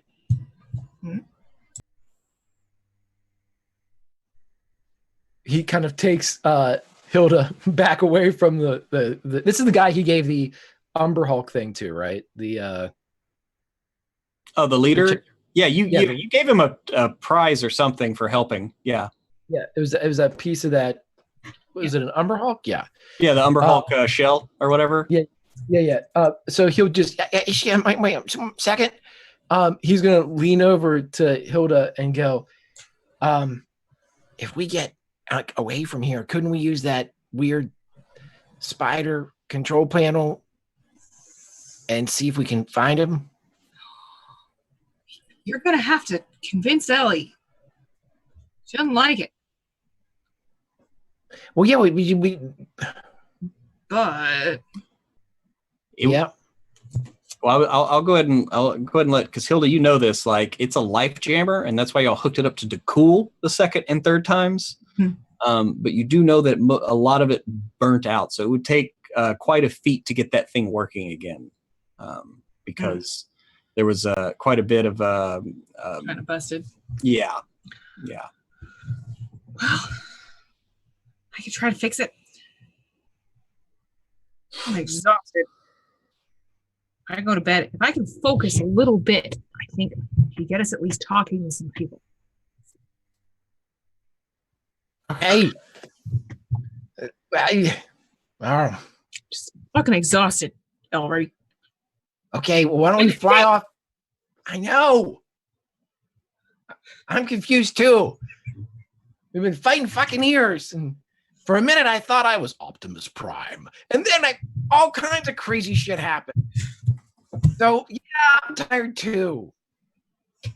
But I want to fly and do something. Sleeping seems like the wrong move. We can head towards the arrows if we want to. I think we should go back to the Mage's Acadium. Because there are people there who are mad at Krill too. And people who can cast spells that we can't cast. Okay, hold on a second. Sakal, doesn't she have like a whole army at her disposal? You mean your fucking girlfriend, Ellery? I knew that was coming. Oh shit! Here we go. I've been waiting on that. Is it? Is that what you mean? Wave a little tight ass pussy at you, and everything's fine. Hold on a second. You're looking at me for a moral compass. That's why you're around. I'm not supposed to lead this group in the correct direction. I'm just supposed to offer half-ass plans and really get in trouble more often than I don't. Well, that's fair enough. She's supposed to be the goddamn police. We were supposed to trust her. That's what I'm thinking. I'm thinking as soon as we hit the atmosphere or we break Atmo, she's going to tell everybody, hey, they're a bunch of assholes. Go get them. And then we're in trouble because Ellie said that fat Krill said, we've got another way to do this. And then that means maybe this is the other way. I'm so fucking confused. I gotta go to bed. I will say that Hilda, in this time, you probably have gone back to your quarters where you would have, since y'all didn't specify, I just assumed that Hilda would have taken that blue crystal, but you find it broken right outside your room. Broken? Yes. And if you remember during the fight against Krill, he took one out and Elry made him drop it, and then he stepped on it, and out of it sprung the ethereal dragon. And so now, looking at it, it looks like he did the same thing. Other way was getting this dragon and hopping on it and flying away, you would assume. Wow. Sorry, I don't know what to do. I don't know what to do with you. Me? Yep. What the? I really had a large part in killing the fucking Haskell Harkin. I don't think that there should be. Listen, we all do. We all participated in that fully, Ellery. Well, yeah, but just because I fucked Sakal doesn't mean that I should be damned for all. Listen, it seems like I'm the victim. Ellery, why? We know one thing now: is that your dick has poor judgment. What? Oh, hey, Captain! Fucking newsflash! You know, I mean, it's a worse judge of character than me.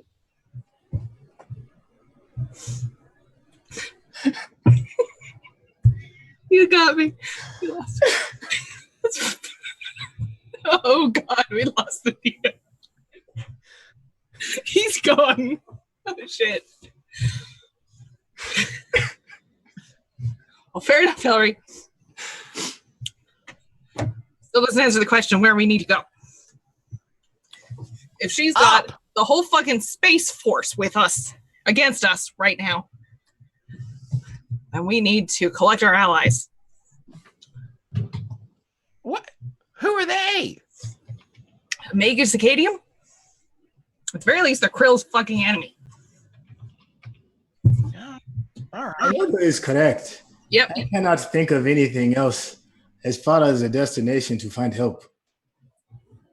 We are dealing with magical gems that are moving us and teleporting, dragons flying all over the place. We need some place to go to make sense of all of this. It's true. Till then, Ellery, your dick is in the brig. Hear me? What?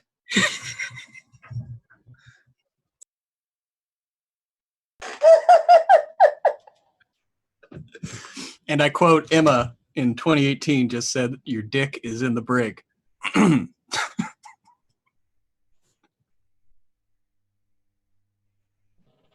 I don't. So you're heading back to Rontame, to the Magate Acadium to talk to them. Yes, is that what I'm gleaning from this conversation? I am voting with Hilda in that regard. If for you in the room, I would love to know your opinion outside of this foolishness. Yeah, he's just like, this is just every day. This weird goddamn ship family that we are. Yeah.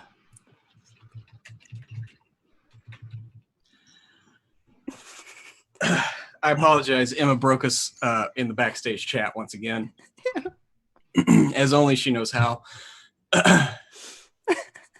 Greg's collecting himself. So you are heading back to Rontame. It's going to take about a day and a half to get back. Again, Ellie can get you there quicker. So you'll have time to get a long rest, and you'll have some time to collect yourself and do various things. So with that long rest and that time before you get back, what would you like to do with that time? Hilda, the first thing she's going to do is she's going to cast Sending to the head of the Magus Acadium and update him on what's going on. Okay. So you're going to send that to Grand Magus Monby. Gotcha. Yes. Okay. So that's the first thing you're going to do. Are you planning on doing anything else in that time? Identifying spells, casting spells. Anything? I know Dakul has not been spending the proper time with Hellion. So he would like to spend this time getting to know and train his little friend. Okay, so you're going to spend time with Hellion. Dakul, what about that gem? What are you doing? Are you doing anything with that gem? Yes, I want to know if I put it in a pack or a sack or something small. Does it only affect me if I'm holding it, or does it have to be touching my skin? Because I would like to carry it, but I don't know if that's possible. Okay. You find that yes, if it is on your person, like right now, if you're like holding it, yes, it does light up. How much time do you spend with it? I mean, a lot of time contemplating it, or? You know what? I'd rather spend time trying to understand why I'm flickering than I probably would teaching. Since you came back from Ellie's plane, you have not flickered once. Okay. That is good to know. All right. But when you do pick up the gem, it does like illuminate. Okay. I would like to spend my time meditating with the gem. Okay. And after a few hours of meditation, you begin to feel almost like a connection with it. It's not anything like sentient or anything like that, but you do feel. You feel it calling to you, almost to embrace it, to use it, to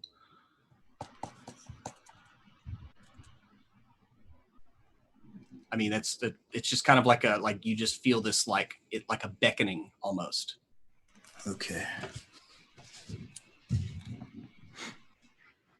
All right. With that information, yeah, I'm definitely gonna have at least one gem on me with me all the time in a pouch that's not touching me, if that makes sense. So okay. I mean, do you I should do with that information right now? Okay. The top of my head. Well, let me ask one more question. And while I'm meditating and feeling that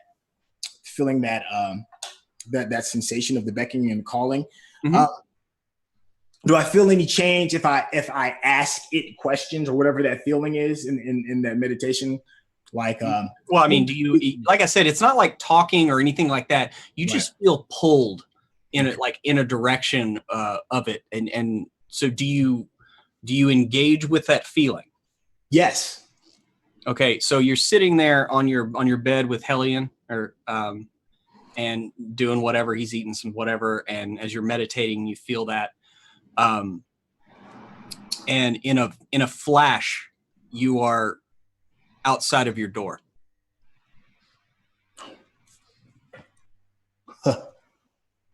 Nothing's You're sitting on your bed, and now you're about 20 feet away, right outside of your door, sitting on the ground. Okay. Do I remember what I was thinking when that happened?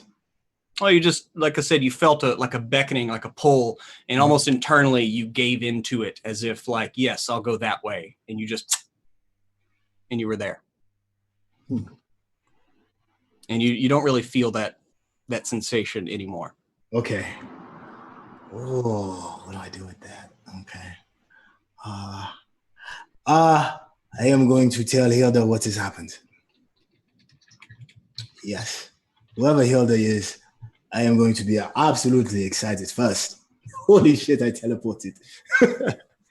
Hilda! Oh, you're never going to guess what just happened to me. Cool.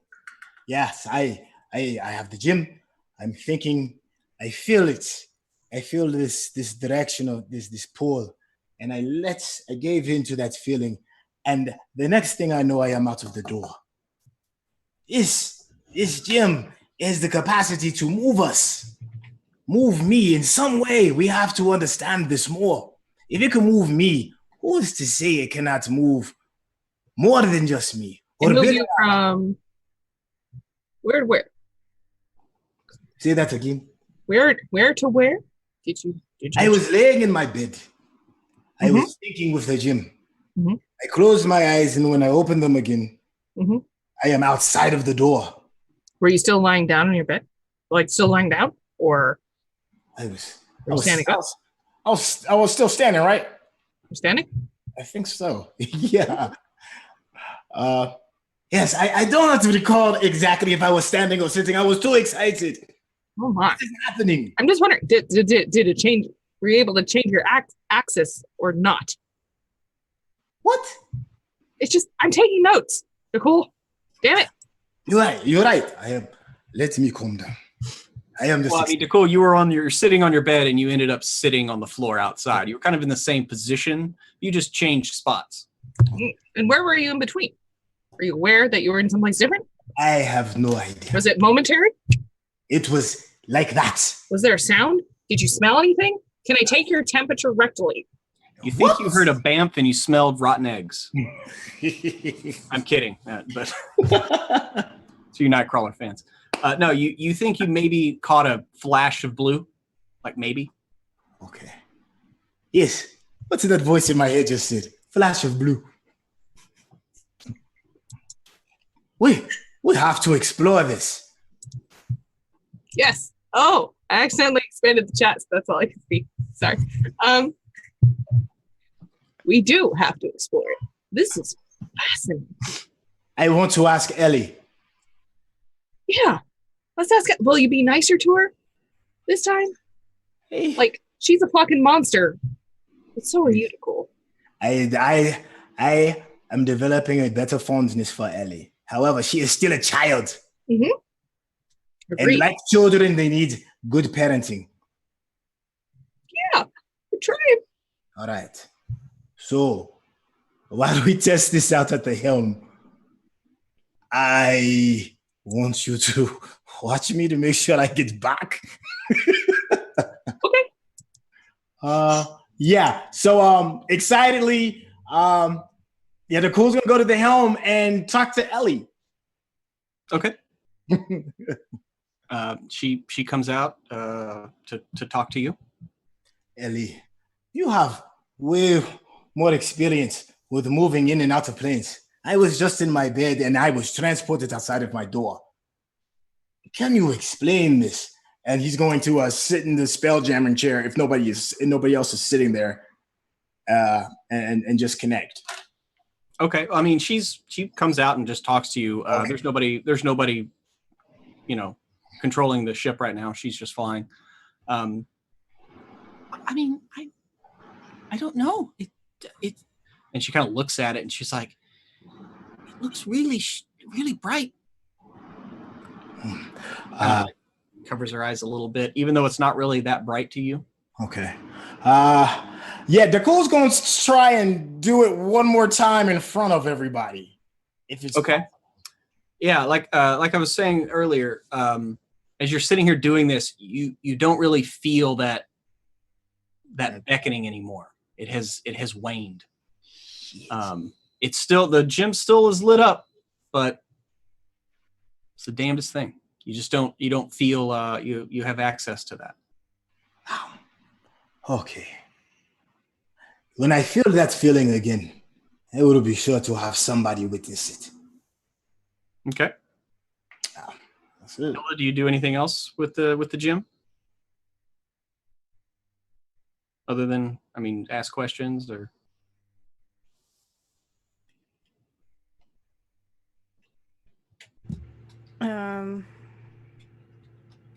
When I look at the blueprint, you were saying that there were things about crystals. Oh yeah, so you you want to look at the blueprints while they're doing all this? Yeah. Yeah, you've just been looking at the blueprints.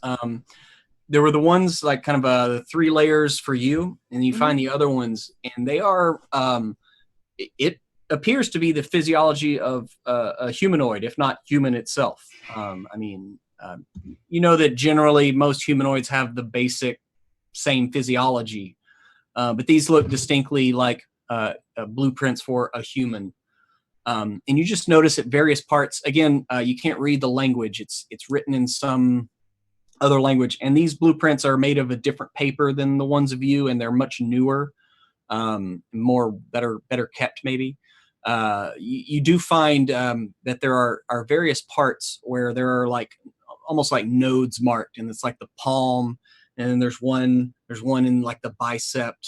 There's one in the throat. There's one on top of the head. You see one marked at the chest and around the stomach. And you just see all these like interconnected with each other.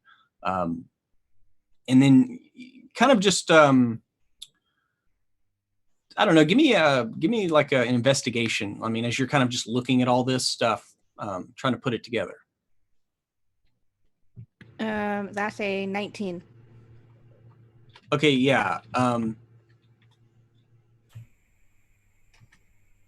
So you're looking at these side by side, and there are various parts in you, like you're like looking, and you can see where certain parts in your body are connected by wiring. And it looks like there's like maybe like almost like what you would maybe call like breakers, like places where power moves through, and it's kind of like it's like a bottleneck, like a choke point to kind of funnel power. And oddly enough, in almost the same exact spots in you, they coincide with the blueprint of the human itself. Interesting. So they look, the blueprint of the human, it looks still like, biological systems. Yeah, like with this one, like the various layers of the human, you can see kind of the skeletal and muscular structure, and you see the internal organs, and then you flip, and one layer is like the circulatory and like nervous systems. And it's like when you look at it though, that's the big thing that sticks out is it's more of just like flipping through, and you can hold these images in your mind and like put them next to each other almost. And that's the big thing that you're kind of noticing is where these junction points are in you. They're very similar in a human, at least on the blueprint, to whatever they were doing. Interesting. And at some point we'll find it cool. Okay. Yeah. If you like walk around, you can find Akul and Hilda up in the helm's room, chatting about something. Yeah. The cool Hilda. Yes. Welcome. What do you need? E? I have not showed you this yet, but the cool and Elvie found these blueprints.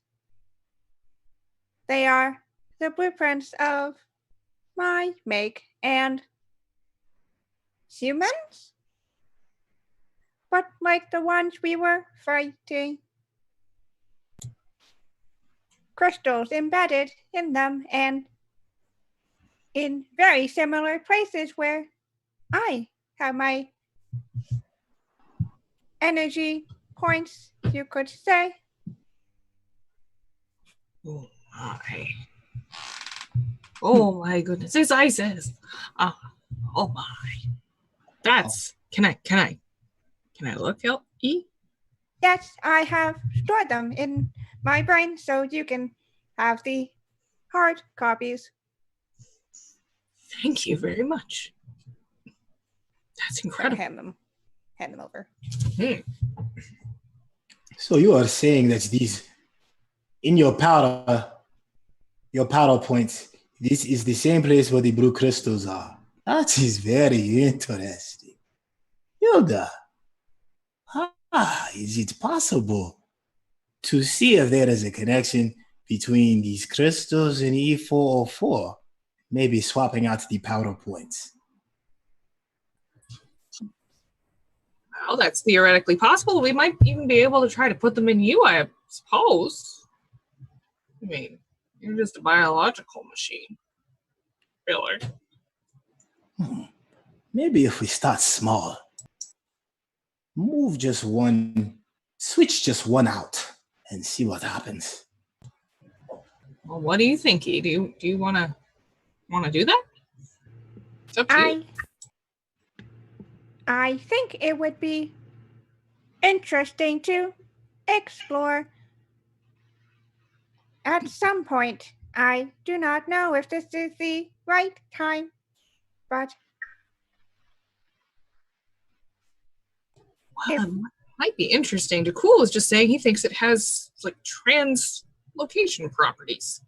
I can teleport. teleportation without a teleportation circle. Yes, these crystals are far more powerful than we ever thought. Well, seems that they are quite valuable. It would make sense that they would have a power. Yes. I believe if we connect this to you, we may be able to discover something else, possibly extraordinary. I am open to an upgrade. There could be risk. But I believe it is worth it. I don't like Pruitt laughing about this. I'm just laughing at what Greg just typed. Oh, God damn it, Greg. I was trying to be an evil villain over here, like You were pulling it off, and then you laughed. How soon can we get started? I am most curious. Well, that is up to Hilda, as she is the one who knows how to upgrade me. I cannot do it myself. Well, Mom? Can I make like a some sort of check to see, just sort of estimate how long it might take? I mean, if you're just talking about switching out, I mean, looking at this, like y'all took apart E's arm, right, and put it back together, and you have done work on E. You've seen, like, looking at this schematic, you're just like, well, yeah, that's what E looks like on the inside, right? Because you've seen it. And you do know that there are various points where there are like crystals. They aren't blue. They look probably to be made of maybe diamond. But the other thing is they're not the right shape. The crystals in E aren't the same. Y'all have two sizes of teardrop and like a disc. And basically, like you think that you could, if the larger teardrop could be milled down into the right shape. If you wanted to do that right quick, you could. But that would take a check to do that. And then you think you could just pop one out? I mean, where would you which node are you thinking about switching out? Hold on, before you do that, do we still have that? Do we still have that other arm that is the same as E404s with us? Because if I remember right, we threw that on Tensor's disk too, right? Well, it was the majority of a hand. Like it was missing like a couple of fingers, but it's the majority of like from the wrist down, like a hand. It's like a left hand of E4, like same style and everything, old, rusted, it's dinged up. And like I said, there's 2 fingers missing from it. And then there are other various spare parts. Like you think maybe there's like an eye unit there, some other like internal like gears mechanisms that aren't at first like recognizable because it's not on the surface of E. But looking at it, that's what you would assume is that it was just a chest full of spare parts. Okay. The good thing is, if something goes boom, we have extra parts to repair you with E404. Yeah. Oh, I could probably mill one of these crystals, but it's up to you where you want to try to put it.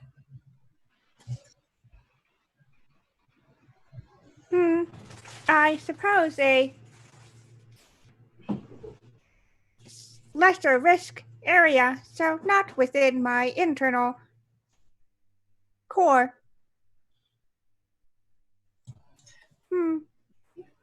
We might be able to move it later if it works. Yes.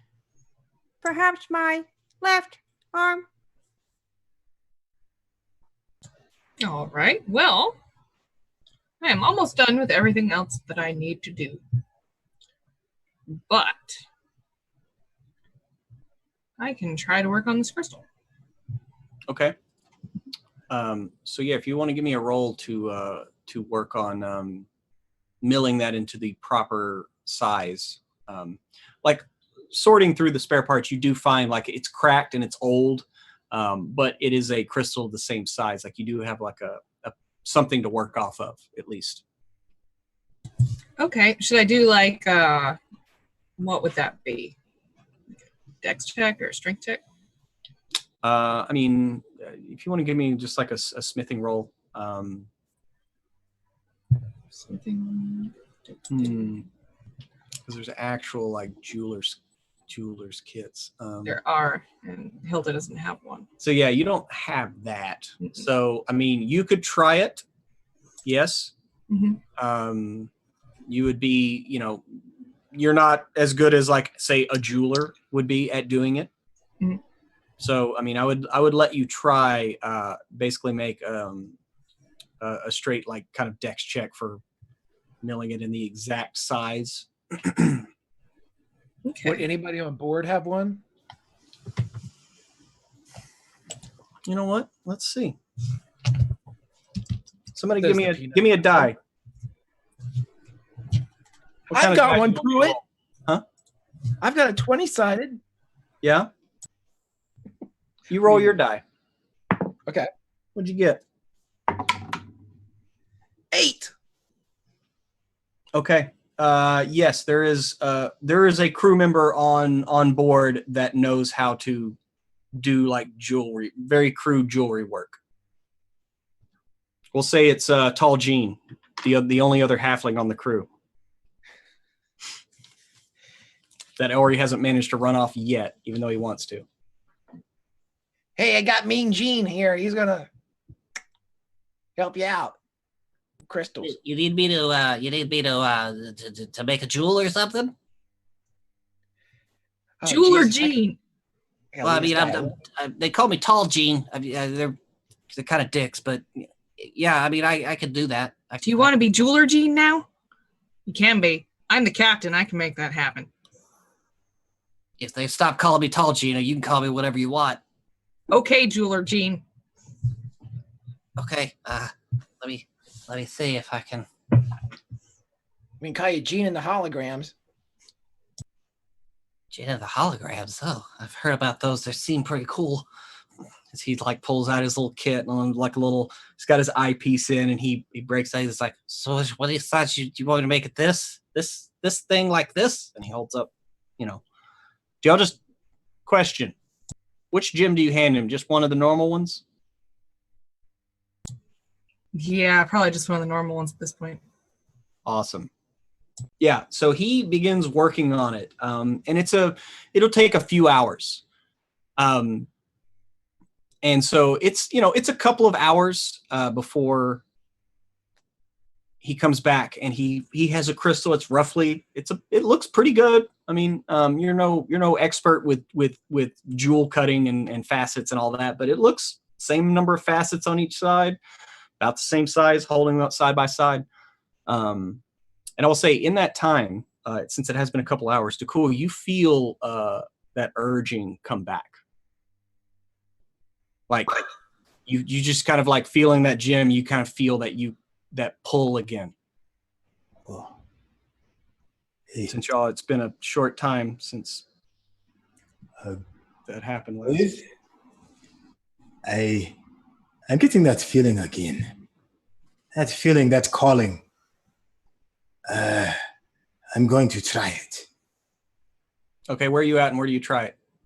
I'm still with everybody right while everything's being milled. Mm-hmm. So where are y'all at right now? Yeah. You on the deck? You in the navigator room? Somebody's room? Yeah. Where are we? Where would we be? Where all this milling and stuff be going down, Hilda? Maybe just in like the hold.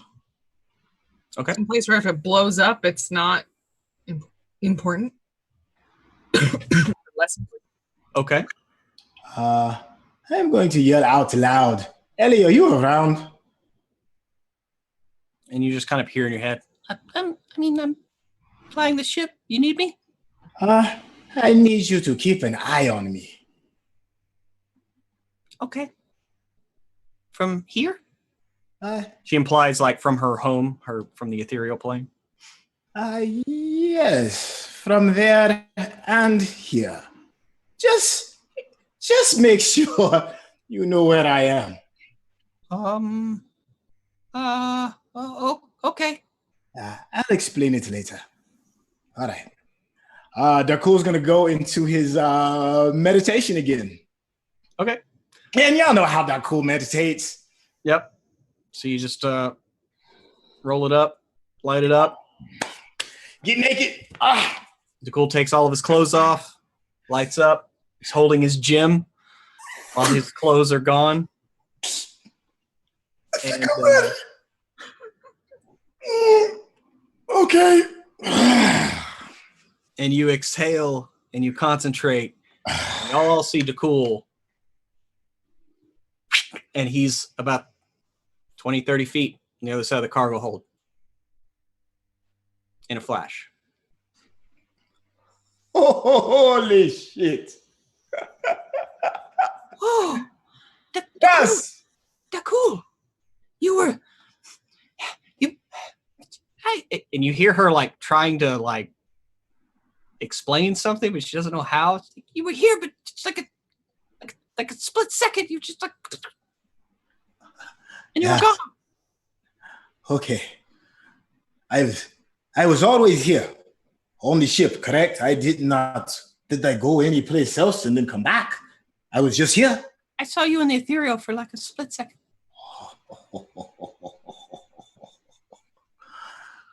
Another clue. I believe the gems will help move us through the ethereal plane and put us in different places. This is very important information. Who else is around me? It's just E, Hilda, and Jim guy. What's his name? Tall Gene. Jeweler Gene. Jeweler Gene. Formerly known as Tall Gene. Maybe it is the earth or the fact that I am moving through space and time, but I am clueless as to what else to think in this exact moment. Help me, for my mind is blown. Jeweler Gene's like, it looks like you just like teleported. I mean, he just goes back to. If College Bill hadn't fucking betrayed us, he might be able to help. Wait a minute. Where the fuck is Harry? Everybody wants to go ahead and mark that on their Starward Bound bingo. We have Where's Elry? I have to show him. And like a child, Dakul is skipping out the door looking for Elry. Okay. So he's looking for Elry. That leaves Hilda and E there in the hold. Hilda, you have this gem. It looks the right size, right dimensions. All right, you ready to do this? Yes, Hilda. It might feel uncomfortable if that's the thing that you feel. I'm not sure. But let's do it. Do you want to be awake or asleep? It's up to you. I would like to try to be awake for this. Okay. You want us to have some blueberry juice here, just in case? It can help. I think I will be all right. Thank you. I'm just asking. It's the right thing to do. So, all right, let's try it. She will perform some sort of maybe a medicine check. Smithing check. No, this is just a smithing check for you. Okay. This is a machine. E is a machine. All right. You have worked with them for quite a long time, and now you have the instructions. So I'm going to say you get advantage on this because you actually know where like every wire that connects to this goes and like what to take off. Awesome. I'll use 2 of my tabletop loot dice. Oh, you got that from tabletoploot.com? I got them from tabletoploot.com. That's cool. Did you use that code WebDM15 to get 15% off? I didn't, but if I needed to, then I would definitely use that code WebDM15 to get 15% off. Yeah, you should. They're good people over there. They're beautiful dice. And now you can get wooden tokens, I think. Or has that started yet? Yes, it has. You can sometimes if you make an order when you use WebDM15 to get 15% off at Tabletop Loot, you can get a wooden token that says WebDM on it. Mm-hmm. It's pretty cool if you're into that sort of thing, like saving money and tokens and stuff. That's true. And no, we're not going to put that on a t-shirt. Sorry. But we love you. Anyway, I'm going to roll this. Okay. I rolled a 6 and an 8, Pruitt. I need one of those dice jails from Tabletop Loot. Yeah, you did do that, huh? So you rolled, so what does that give you a total of? That gives me a total of 12. Okay. So I heard selling dick rigs at Tabletop Loot too. They're working. It's only one prototype so far. Close. It's pretty tight, but We'll get Dustin right on that. It's gonna be great. Yeah.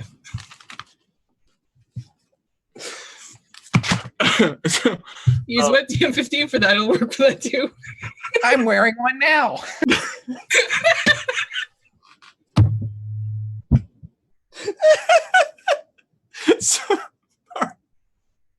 Okay.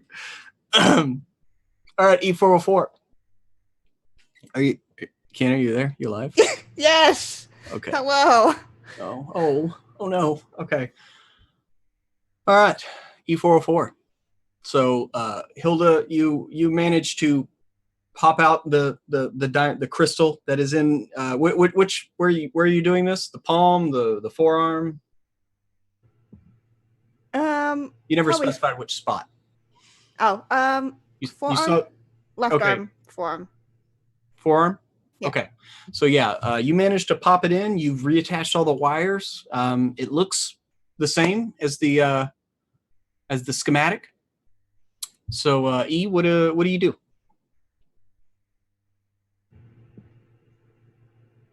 I'm just gonna kind of Begin trying to just move your arm around. Move See your if- fingers and everything. Okay, you start to do that. Give me a Constitution save. Oh boy. As you feel this power like moving down, you can feel the energy kind of flowing through it. 23. 23. Okay. You feel like a building of energy. It's almost like it's not moving through the crystal properly. Like your fingers are kind of twitching. They're not responding like they should. And you can kind of feel the crystal and your forearm kind of start to vibrate a little bit. What do you do? And no, fuck. Goddamn, my brain. Hilda. Kind of fitting. Kind of fitting. As he Shut up. starts calling everyone else's name but yours. Shut up. Yes? Hilda. Is it okay? E? Does it feel uncomfortable? Something is happening. I do not know if this is good. And as he is explaining this to you, Hilda, you can start to hear a low, like, hum coming from E's arm. Like, you normally hear, like, servos and gears kind of moving anyway, but this is like a zzz, and it's getting louder. What are you doing? I'm going to get my shield up just a bit, but I'm going to try to look over it and say, E, what's the crystal doing? E, you feel basically like energy is not able to move past it in your arm, but it's not coming back. It's like storing in the crystal and building. It appears that it's not passing the energy through. It is storing, and if we have seen what these crystals do before. Oh, Give me another Constitution save, E, as this vibrating starts. And now Hilda, Nat 20. Nat 20. Okay, you're sitting there and you see E's forearm and hand like shaking and like almost like it's just like not, you can't focus on it, like, but it's only from the forearm down. What are you doing, Hilda, right now? How do we go up on the deck? Yeah, Like, let's go up. Is Like there right fucking now. Okay, let's head up to the deck. I'm going to keep my shield sort of on top of your arm as much as I can. Mm-hmm. Try to announce, everybody, get out of the way. And is there anything about my smithing that I can think of anything to do other than like kick it a bit? Try to get it to work a little better. I mean, you tell me as a smith. Do you want to try to correct the problem, or do you want to leave it alone? Do you want to rip the crystal out? What would you like to do? Why don't you try to shoot it? No, I think that's not a good option. No. Why is it E404? They were shooting shit at us, remember?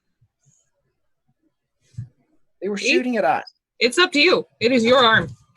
That is your crystal for all intents and purposes. Look, right there. Aim at that star. Second one from the right. Straight on to morning.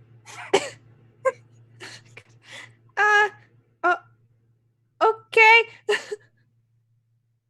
Yeah, I'm going to attempt to shoot.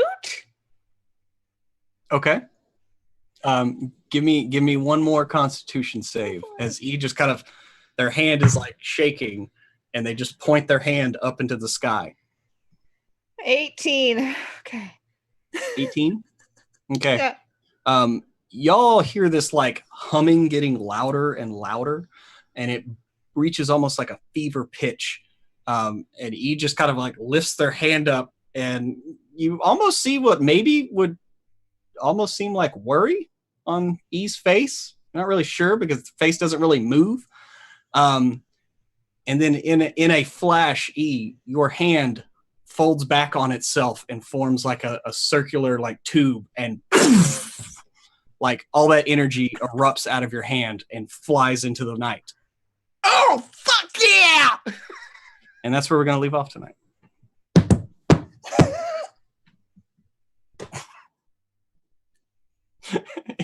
Anyway, so I hope everyone enjoyed that episode of Starward Bound this evening, as more questions, some answers, which only led to more questions, which led to the party just trying shit. I can't wait to see once y'all sort all this out, what to make of it. But I had a fun time tonight with this episode. A couple of things that I've been waiting to get to. So let's go around to cast and crew, see how everybody liked it. We're going to do reverse order like we always do, starting with the robot of the hour, Laser Arm themselves. I have a fucking laser cannon in my hand now. Yeah, Cool. you do. You most certainly do. Well, this is going to be interesting. I think the termination program may have just become 10 times more efficient. It certainly would seem that way, wouldn't it? Oh boy.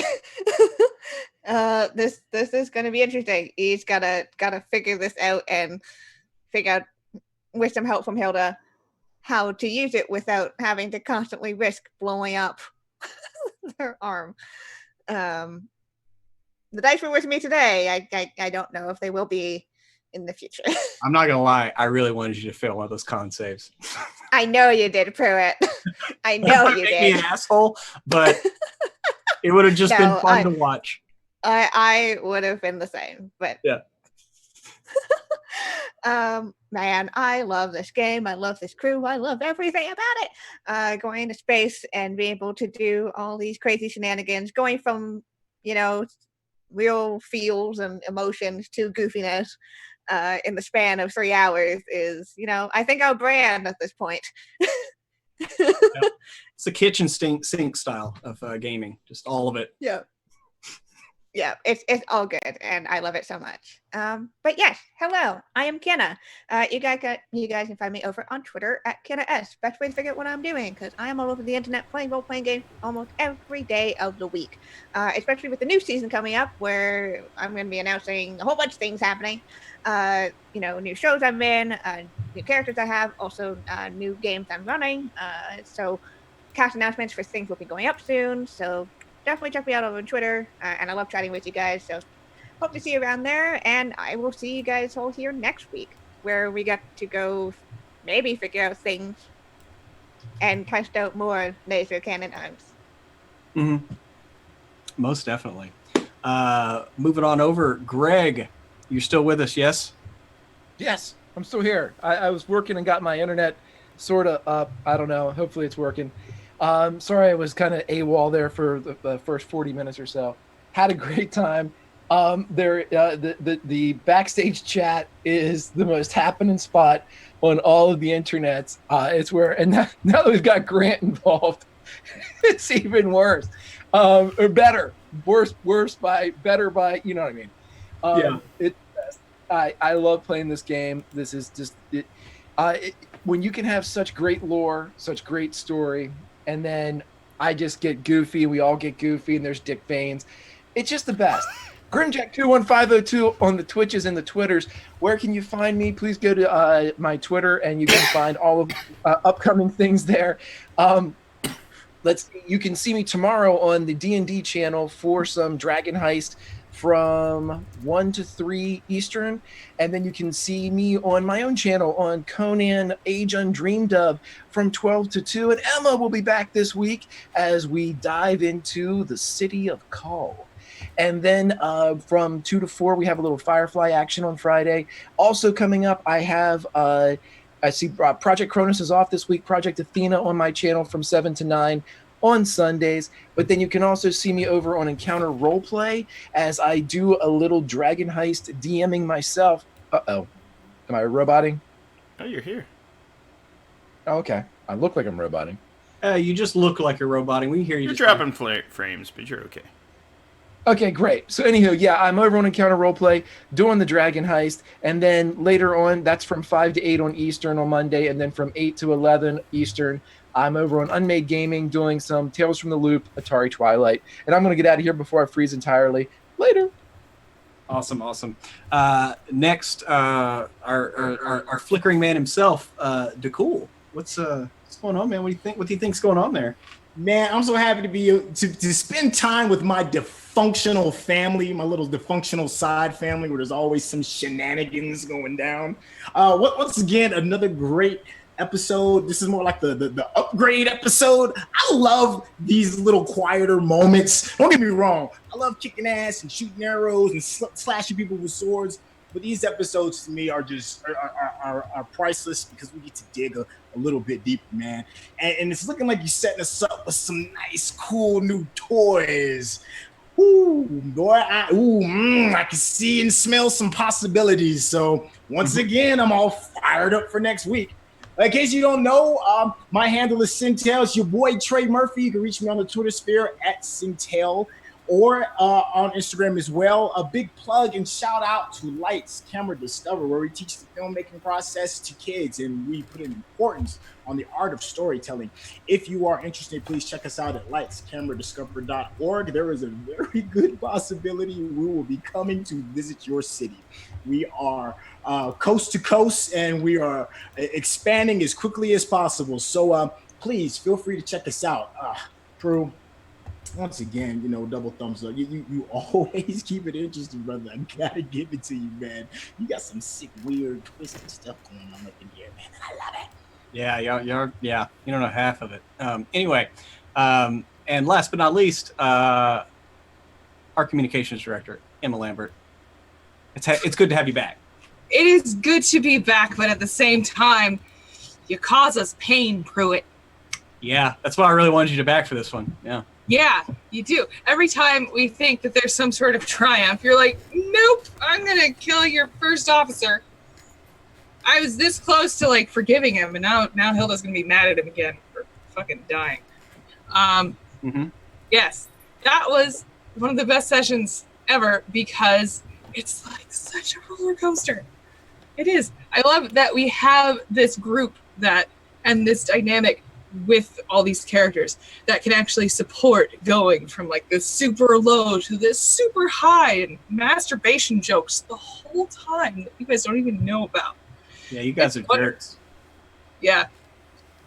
It is really fun. I'm very glad to be back. I am Emma Lambert. I'm the communications director for WebDM. That means when you are on social media, you and I are talking a lot. We have a giveaway on social media because we have a brand new show tomorrow on Earthly Twilights, run by Grant Ellis. Pruitt's going to be in it, Jen's going to be in it, and a lot of other completely amazing people are going to be in it.